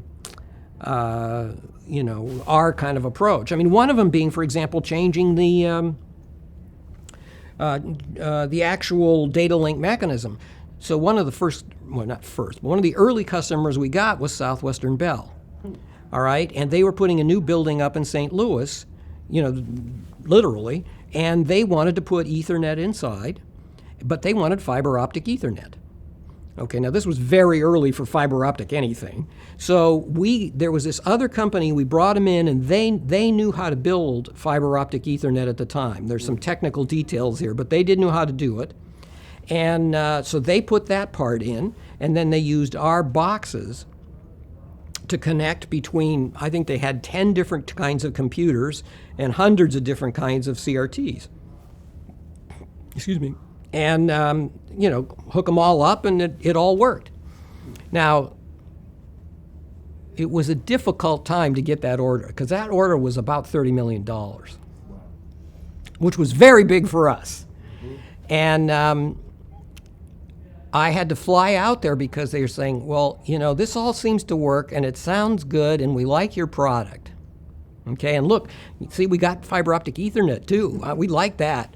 He says, but I don't know. We have, thousands of users in this building and hundreds of computers. And he says, what if they all start typing at once? Are we going to get congested? And I said, no. And I went up and drew a picture on the wall that showed the interleave that you actually get. I said, this is 10 megabits per second. Okay, so now let's look at the actual interleaving that you'll get, right? As keyboards come, or keystrokes come in and out. And you can show that, there's almost no case where you will actually get collision from just keyboard strokes, okay? Right. Just because of the interleave factor and the speed. And when I drew that picture, he signed the PO. It was good. It was a good day. And so who would you rank your main competitors at the start? Well, as I say, there were a lot. So it was probably Ungermann-Bass is probably number one. There was SciTech also. And then really it was a collection of things. I mean, there were a lot of smaller companies who got in and out of the business over time, but we didn't really deal with them directly much. I mean, early on in particular, as you mentioned, it was almost all the digital PBX companies who were the competitors, and that just faded away. By the time it faded away, there were other small vendors whose names I really don't recall of various kinds of stuff. And as time went on, even more people got into it. Now, we also created some of our own competitors. We OEM'd the bridge product to Honeywell. And we painted it Honeywell colors and did Honeywell manuals and all that stuff. And Honeywell went off and used it with, this was when Honeywell still was a Honeywell computer business, and used it with Honeywell computers and sold it to their kind of customers. Honeywell sold it, for example, and put the CS1 boxes into submarines at one point. And, again, the kind of customers we probably never would have found.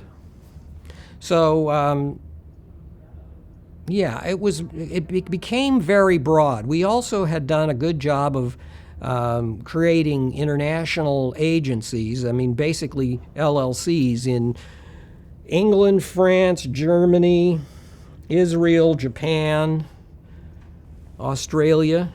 So we could, we had a real presence of our own, which you needed to make people comfortable. It was a comfortableness factor. And you were, I'm not saying it was a direct competitor, I'm sure you were aware of the BBN C30. No. I mean, it doesn't ring any bells. Maybe it would have then. I mean, it was a converted ARPANET IMP that they were selling as a router at the time. So I'm aware of BBN, but I don't remember ever running across that product. They were $500,000 and they were a mini computer. Yeah, but see, that's the problem. No, who are you going to sell that to? I mean, people, it's got to be the right price, right? Yeah, I mean, Sandy Lerner described them as a $500,000 refrigerator. And DataPoint was not a direct competitor. No. And the PBX companies had the advantage they were there for voice already, right? Well, a lot of these boxes were just data-only PBXs. But I mean, the company already had a relationship with a client through voice. Yes. So it was easy to just add it as an add-on. Sometimes, yes. But I never really had much of a problem with this. I mean, it just never hardly came up.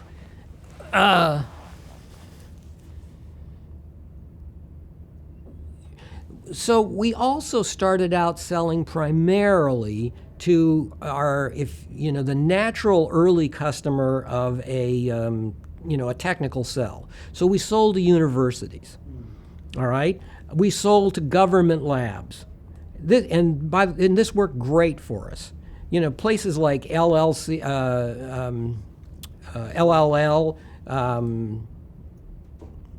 Los Alamos, Oak Ridge National Labs, those kind of people always would buy stuff like this.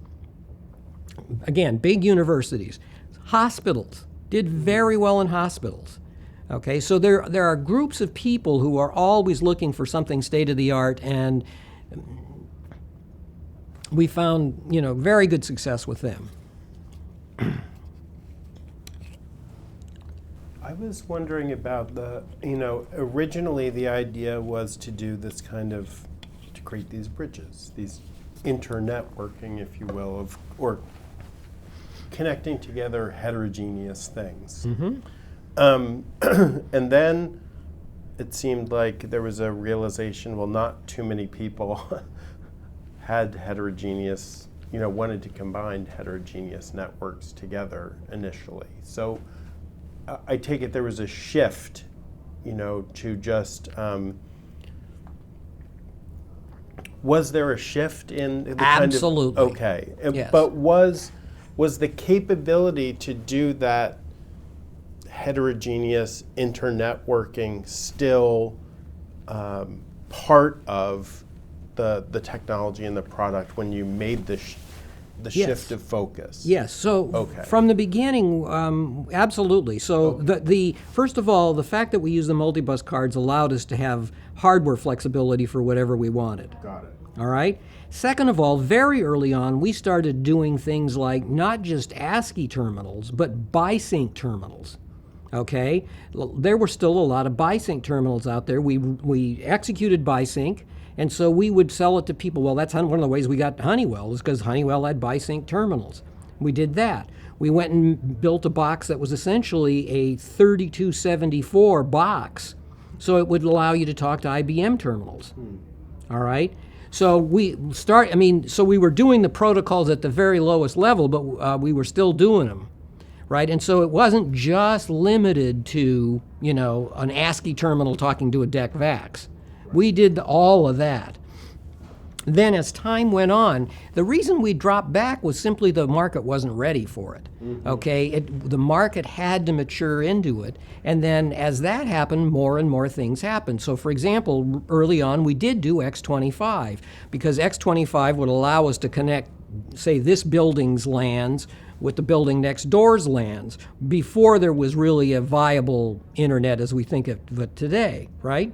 We did a lot of that, right? And then time marched on and we added new things. We added later on a gateway to a broadband network.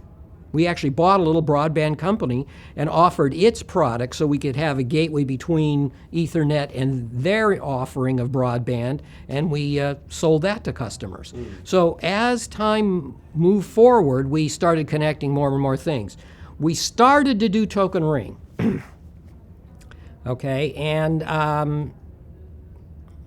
we actually pretty much did it, and then just decided it just didn't seem to have enough market presence to spend any more time, and we shut it down. Okay, there was a time when it seemed like it might, but then we just decided, yeah, we're not going to do that. So then we started doing things like what we would now call full-on routers. Okay, and we were shipping, by the time we sold ourselves to 3Com, we were shipping, like a couple of hundred regular routers a month. So it was really Bridge that shipped the early routers that everybody gives Cisco the credit for. We were shipping those long before Cisco existed. Yeah, you said you did the first commercial router. Mm-hmm. What year was that? Oh, I don't know the year. I mean, roughly.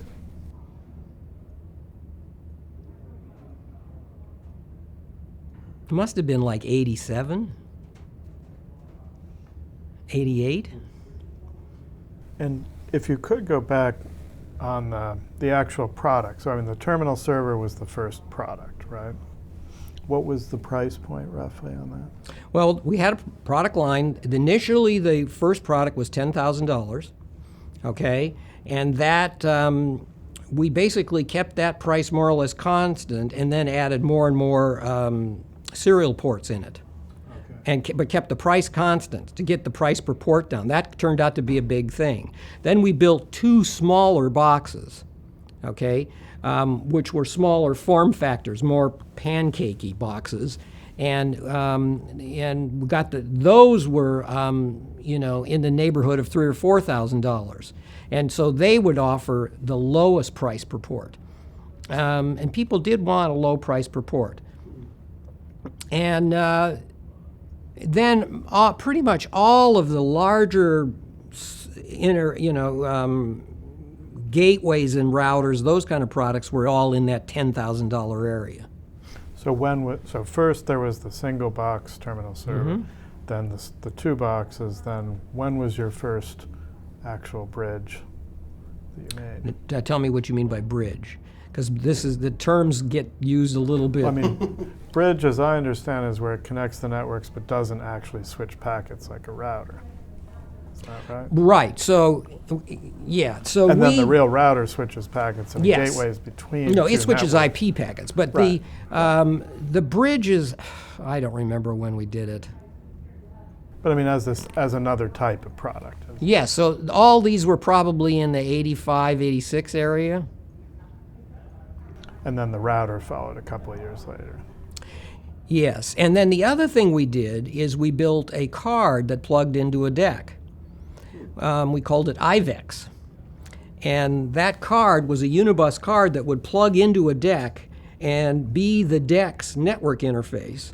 But it essentially was a CS1 on a card, so that you didn't have to put the box and the cables in front of the deck. It would just take care of all that for you over the Ethernet to remote boxes that talk to the terminals. And that did well for us. That was another product area that we did. Another thing we did is we started building network management tools. We did build a product called the NCS1, build it out of a Sun workstation, and it would gather data on the network, gather data about usage and collisions and problems and so on. So your entire product line used 68,000 processors. Yes, which were pretty correct. Powerful for the lower end machine. So talk about the logic behind that. Well, the logic was simply that we wanted to only use one processor because no one wants to support more than one. Second of all, though, is that the processor worked pretty well. It was, on all objective measurements, it was really quite fine, did the job for us. But also we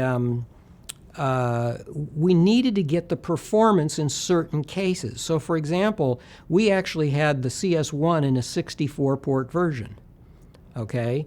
And that's a lot of traffic, serial interrupts that you have to take, if everybody's, typing away at high speed. It's the serial interrupts that are the problem, because you have to get them and process them, turn them around and send them back. So you needed a reasonable amount of performance. And then when you get to things like gateways or routers, again, performance becomes really important again. And so, having a serious CPU made the difference. And so we could start with the one and keep going with it the whole way. It was really quite effective. And how were your... That's a little later. Let's talk about so 85 was your IPO. Mm-hmm.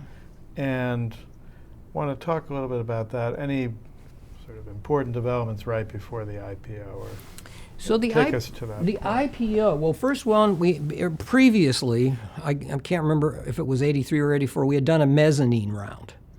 All right. And the mezzanine round had been done with Morgan Stanley.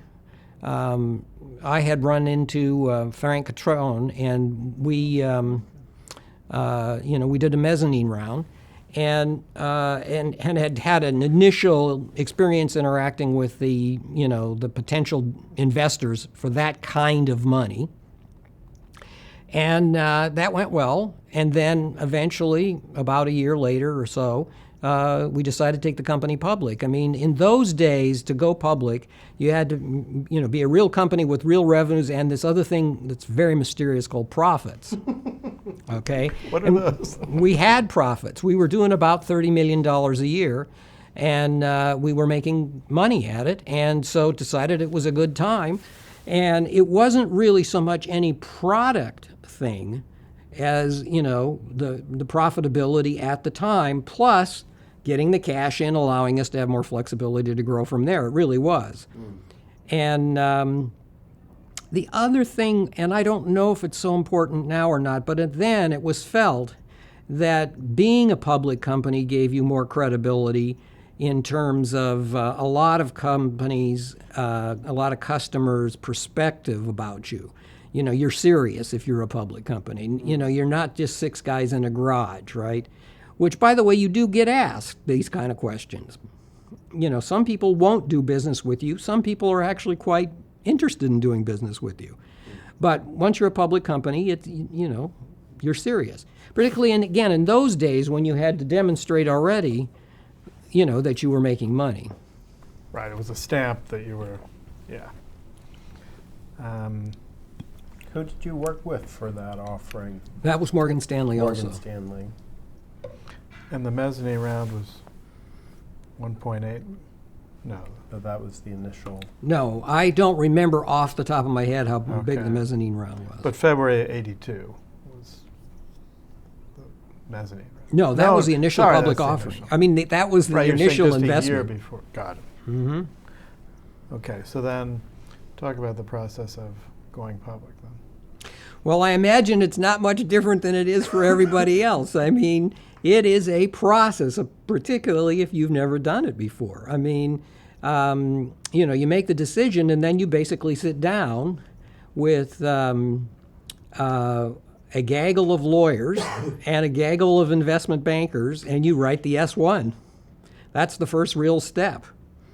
All right, and basically it fell to me and Judy to write the bulk of the S1, and then everybody else would go over it and critique it and modify it and change it and add and subtract, and it was an iterative process.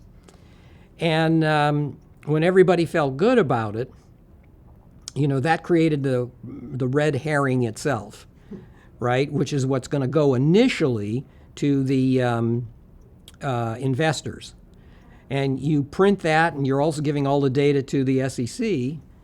And then you start on the process of going and, running around like little chickens with your heads cut off to sell the roadshow to sell to people, essentially what's in the document. And you try to, time is of the essence, because you want to make sure that nothing happens that's going to hurt you along the way, because you're investing a lot of money in the process. And the lead investment bank picks a syndicate of people who will invest, the bankers who will buy the offering and then resell it, right? And in our case, we went to, I think 4 or 5 places in the United States, 4 or 5 places in Europe, just as fast as we could, and gave presentations essentially morning, noon, and day, and all every time you could imagine. And then ended up in New York, and they come in and tell you whether or not the book is filled. Is the interest there? And the joke was, if the guy walks in with smoking a cigar, it's all good. And so, of course, he did. And, then you run off and get the final S1 printed, and you're pretty much on your way. It's a quite intense few weeks. So the presentations are actually to the other brokers and investment bankers who may become part of this syndicate? No. So the syndicate is basically offered this. So, like, if in the case of a bridge, there might have been. I didn't bring an S1 with me, but there was a. Morgan Stanley was the lead. Right. I mean, I can't remember exactly, but it might have been Goldman Sachs and who else at the time? Or say Solomon Brothers and maybe Lehman Brothers. I can't remember who it was. So there'd be 4 or 5 people who would be on the front cover. Okay? But those are pretty much sold in amongst themselves. They will attend one of the presentations, usually some guys from those firms, but they don't really need to be sold. What you're really selling to are the institutional investors, such as Aetna, okay, such as the Prudential. It's those kind of people who put the money in. By the way, such as pension funds. Like one of the times I stopped every time at the Teachers Pension Fund for Wisconsin in Madison, Wisconsin. Right? You know, some guys who have little tiny funds but still want to participate. You know, tiny relative to the Prudential or something, right? And, you know, it was all over the map. In Europe, you're going to sell to, you know, maybe Barclays Bank, the Royal Bank of Scotland, those kinds of people. And this was you and Judy? It was me, Judy, and Jack Bradley, who was the CFO, yeah. Is Morgan Stanley setting up that schedule for Yes. you? Okay. Yes. All right. Yeah, whoever is your primary banker takes care of that. You still pay for it in the end, of course. But they take care of it because they know what the drill is, right? And it's an adventure. And what was the reaction of the market? Well, it was favorable. I mean, you know, we got it out at the price we hoped to get it out at, and you know, we didn't have any real issues, didn't have any issues with the SEC, and you know, I don't know, a week later we got the cash. I mean, it went very well. When I'm trying to think, was this Bridge that I did this? I'm pretty sure it was. We were having, the day the company was going to become effective, we were having a customer meeting at a hotel in San Francisco, and I was going to give the keynote speech in the morning, and I walked up the aisle, and it's all customers, and I said, I'd like to let you all know that the company became effective on the New York Stock Exchange at, you know, whatever it was, $12 a share at 8 o'clock this morning. That was pretty exciting, right? It is. And what did that mean for you personally? Was that you know, for in terms of your personal financial independence? Did you become financially independent on that day? That must have been not so much. Close. No, so because partly of naivete on my part, and partly just because of the dynamics of the business, Judy and I together just didn't own enough of the company to ever, with that particular situation, make us financially independent. We got some money. I mean, it was nice, but it wasn't, you know, we could have bought a house and stuff like that, but it wasn't enough to, you know, it was nowhere near the kind of money people talk about now, right? What percentage did you guys have? Oh, let's see if I remember. I think we ended up making $3 or $4 million at that time. But as a percentage of the company, you were... Yes, because of multiple rounds of financing and so on, we had been pushed down to too low of an ownership. In the end, I think I had not been as aggressive as I should have been in insisting on it, but it was really hard to do that when you're doing your first one. I mean, it's just the... You know, I mean, now you hear all kinds of stories now, but in those days, that was tough to, you know, really make a big strike on a first deal. And what was it like for you and Judy as a couple to be both life and business partners? Well, early on, it worked pretty well. It really did. You know, I mean, the downside of it is you never get away. You know, on the other hand, you can always, you know, talk together about, well, what about this, what about that, and so on. And so you short circuit some of the time that you might not if you're, you know, trying to get a hold of somebody to ask them a question. But I think in the long run, it was difficult because of you ended up having maybe too much of a business relationship and not enough of a personal relationship. And I think that, fed into the ultimate result. But in the bridge years, it was... Well, it worked then, and it worked. I mean, remember, we did bridge, then, we merged with 3Com, then NCD, then Precept, and then packet design before we finally decided that, maybe we shouldn't do this anymore. So after, what was it, the encrypted LAN for government markets, was that an important?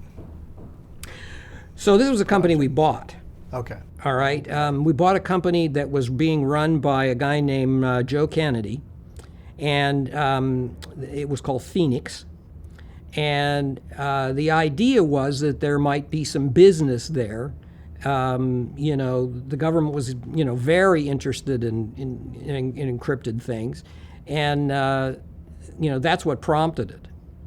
I have a great NSA story if you want to hear it. I would love to hear it. This is not directly related to that, but it made me think of the story. So we built a product called the CS100. It's one I just showed you. It's one of the smaller flat ones, okay?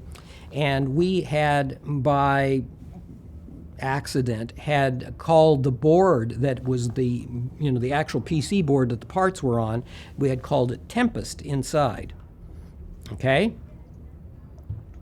So we had shown this board at a show in Washington, D.C. Well, we'd shown the product with the top off and a plastic cover on, and a bunch of the NSA guys walked around and saw that it said Tempest on it. And the first thing they said, is this Tempest qualified? And I said, no, it's not Tempest qualified, it just happens to be a code name. He said, well, we'd like to try some anyway. I said, great. Because I always was very accommodative on that, as much as I could be, because it can get carried away. So we sent him a couple of units, and we had a guy explain to him how to hook them up and so on, and they hooked it up, and they were all pretty happy with it. And they said, I said, but we need those units back because we need to send them to, and of course somebody said, you have to talk to these guys, right? So they sent me to go talk to them. And the guy says, I'm sorry, we can't give them back to you. And I said, why? He says, well, only if you can guarantee that the data that's in the random access dynamic RAM goes away and can't be reproduced when the power's off. And I said, well, there's no real way to guarantee that. The odds are really high, but I can't guarantee it. He said, well, then I'm afraid we're going to have to keep them. I think it's still the same way today. We had an issue trying to collect something, and it was if something sensitive has passed through the device, we're going to have to grind it up. Isn't that the one where they were offering the case? Yeah. Yeah. Yeah, so they're very, very... But they didn't pay you for it? Or? Ultimately, they bought other stuff, and we just let it go. Well, I was interested around that, encrypted LAN. When do, as you're getting into this business with Bridge, or maybe even back at Zilog, when do issues of security and these sort of the issues of kind of information security arise? So the issue of this, outside of people like the NSA, didn't really come up very often. Most people were, remember, going to put this inside their facility, and the facility was the security, at least in the early days. Now, as time went on, and particularly as people started doing internet stuff, right, punching holes out to somewhere else, virtual holes, then it started to be more of a concern. But early on, not much. These people weren't all that secure with the computers they had, so, an extra line going to the terminal didn't seem to make too much sense to them. But that was the idea, though, was to try to, leverage off that with the Phoenix acquisition, was to use what Phoenix had done to go and, make an offer to people who were interested. Were there were there people in this landscape of networking companies and LAN companies and this, were there people who were concentrating on sort of government, be it military or intelligence community, like just focused on their needs, or did they have captive suppliers, or? I'm not sure exactly what your question is. I guess I'm trying to ask, were there companies who were building networking equipment, software, and the like, specifically for the government? Oh, sure. Yeah. There always are. There's a whole raft of them around Washington, D.C. And we did work with some of those customers on, I mentioned earlier, the submarine-based CS-1s. Right. But like, to the best of my knowledge, there too, nobody was concerned because they weren't going to put any holes in the submarine. It was everything was going to be internal, and they weren't too concerned about that. Right. So I sold some, but so really the building is the security happened a lot. One of the things we did, we sold a lot of equipment to a company called Raphael in Israel. And Raphael is a government-owned entity that makes military stuff for, the Israeli Army and Navy and so on. Mm-hmm. And they had this facility they were building out in the middle of nowhere, Israel, and we went there to look at it, and they had built all these tunnels under the buildings to put cables and stuff. And there, too, we were putting all kinds of networking in, but they weren't concerned. It was all going to be, you weren't going to be able to get into that facility, so who cares? It was the physical security that was the computer security or network security. Now, again, that's changed a lot now because of the internet, right? Please, Mark, go ahead. But I mean, you weren't, banks, financial institutions were not major customers then, or they No, were? they actually were, but it never really came up very much.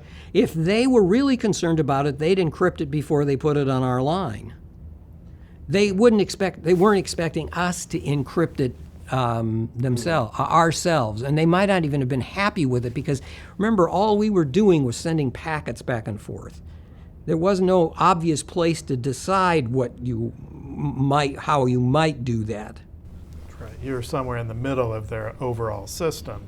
They don't want it using some strange encryption scheme that they don't control. That makes sense. No, we actually did well with banks. Citibank, which is now J.P. Morgan, was one of our very earliest and big customers in New York City. And should we get to are we logically at the start of the courtship with 3Com, is that?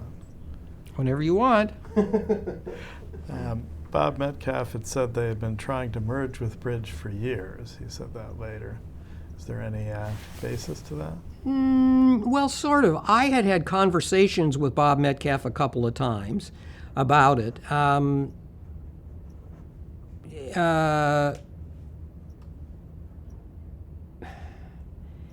We thought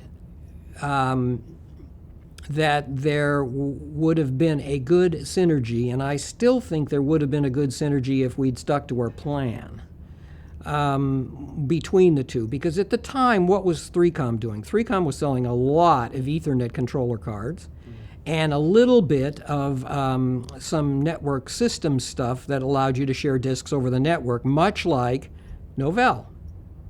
All right? Those were their two products. So those were good products. They were needed. That was fine. We came at it from more everything else that you might want to do on a network. And we hoped that we could be more of a, womb-to-tomb supplier. That was kind of the thinking that was involved. And it came to pass, though, that while we thought we had agreed that that's what we would be doing, once we actually had merged the two companies together, both Metcalf and Bill Krause didn't seem to want to give the bridge product the, its due, if you will. They seem to want to kind of just have it as an also-ran as opposed to, turn it into what would have become Cisco.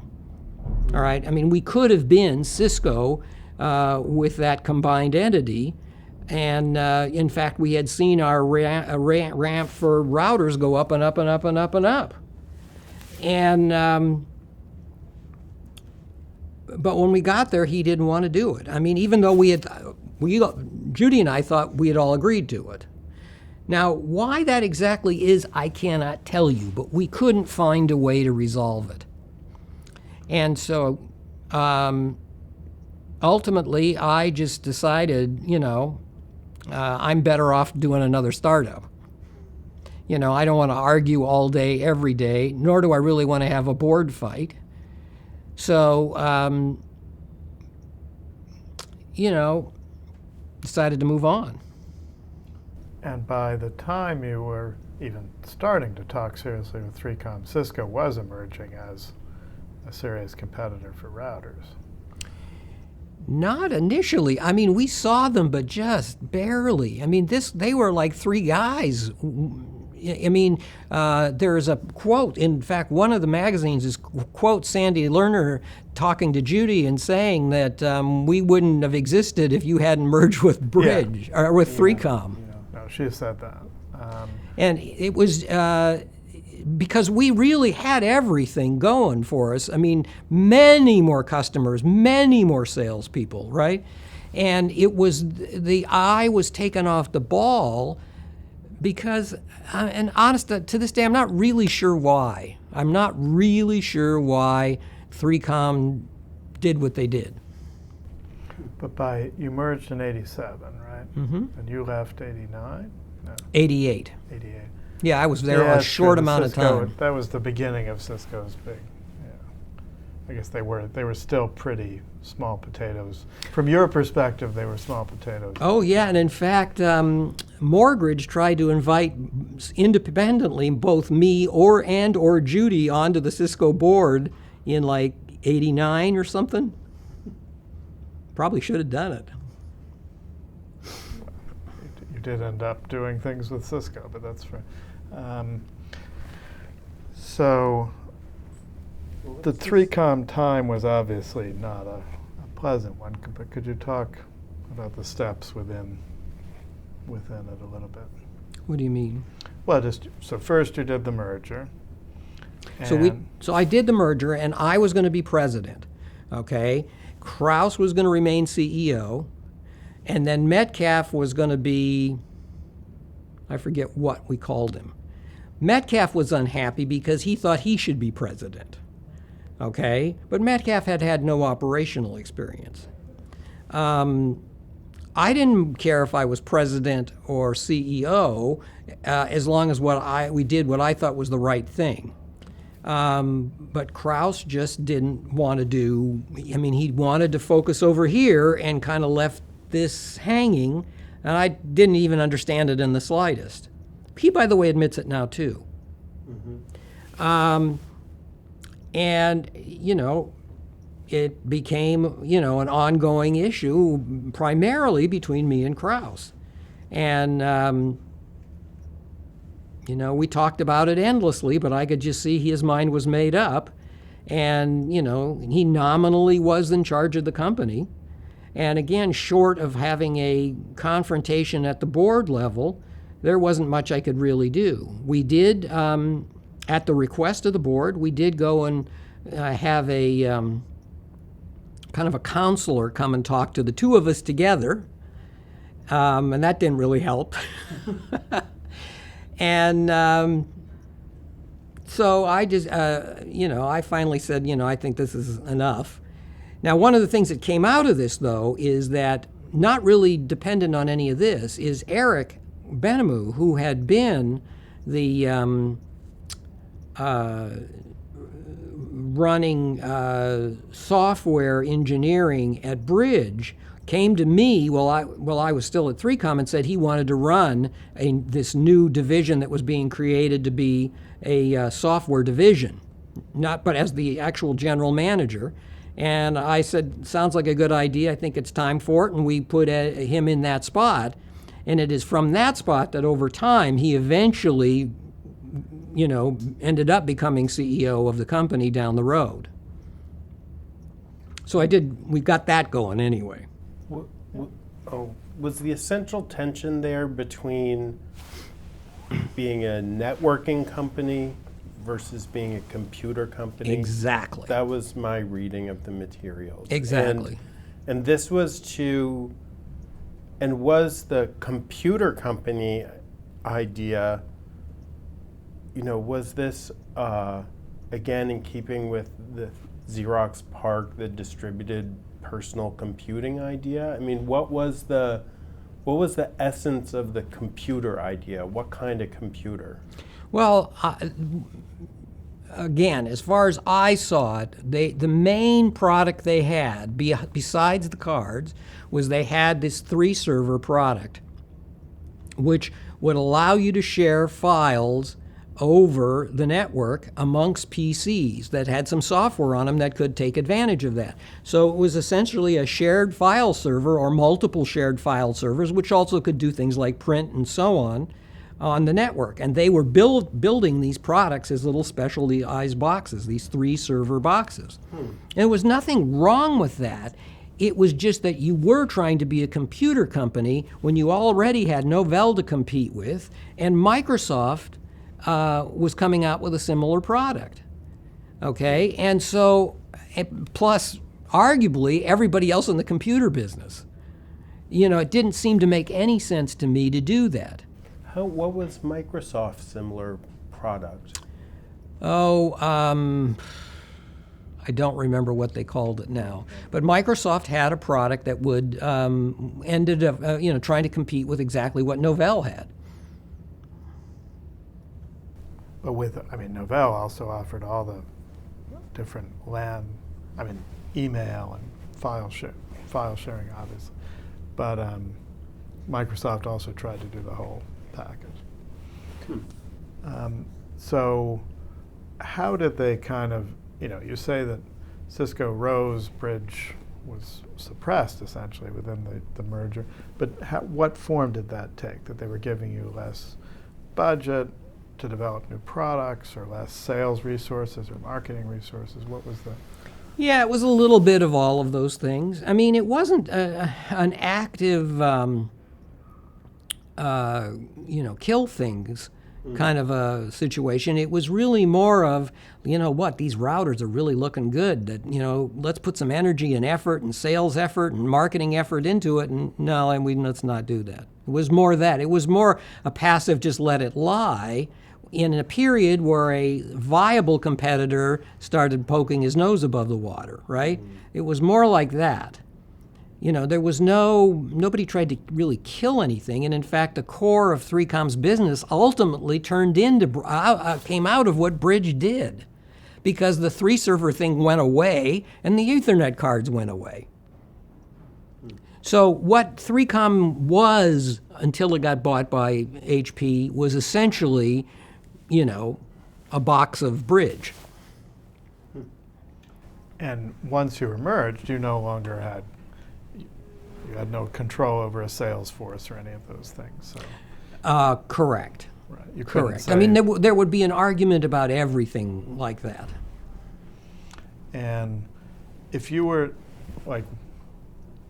if you and Krauss were to summarize your position very briefly at the time, you would have said, I think, what you just said, that to continue building the kind of hardware you were, and that the market was exploding, particularly for routers. And his vision of the future would have been, what was his? No, but I think it was just really, are we going to be a computer network company, or are we going to be a computer disk drive company? I mean, a computer server company, okay? I mean, it was that. And they really were pretty far apart. And somehow I never understood that that's what he thought before the merger. I mean, it sounded like when we did the merger, and we had a bunch of meetings during that time, that we were all on the same page, that this was really going to be the way to go. But he wanted to become almost a novelle, but bigger, something like that. Yes, also bear in mind where Bill came from. He was coming from the mini computer business at HP. He wasn't coming from some networking background, right? So in his mind, I think the natural progression was, we're going to do what minis could never do. We're going to have file servers everywhere, and all these computers are going to talk to each other and that. I mean, more or less, as you said, the star vision.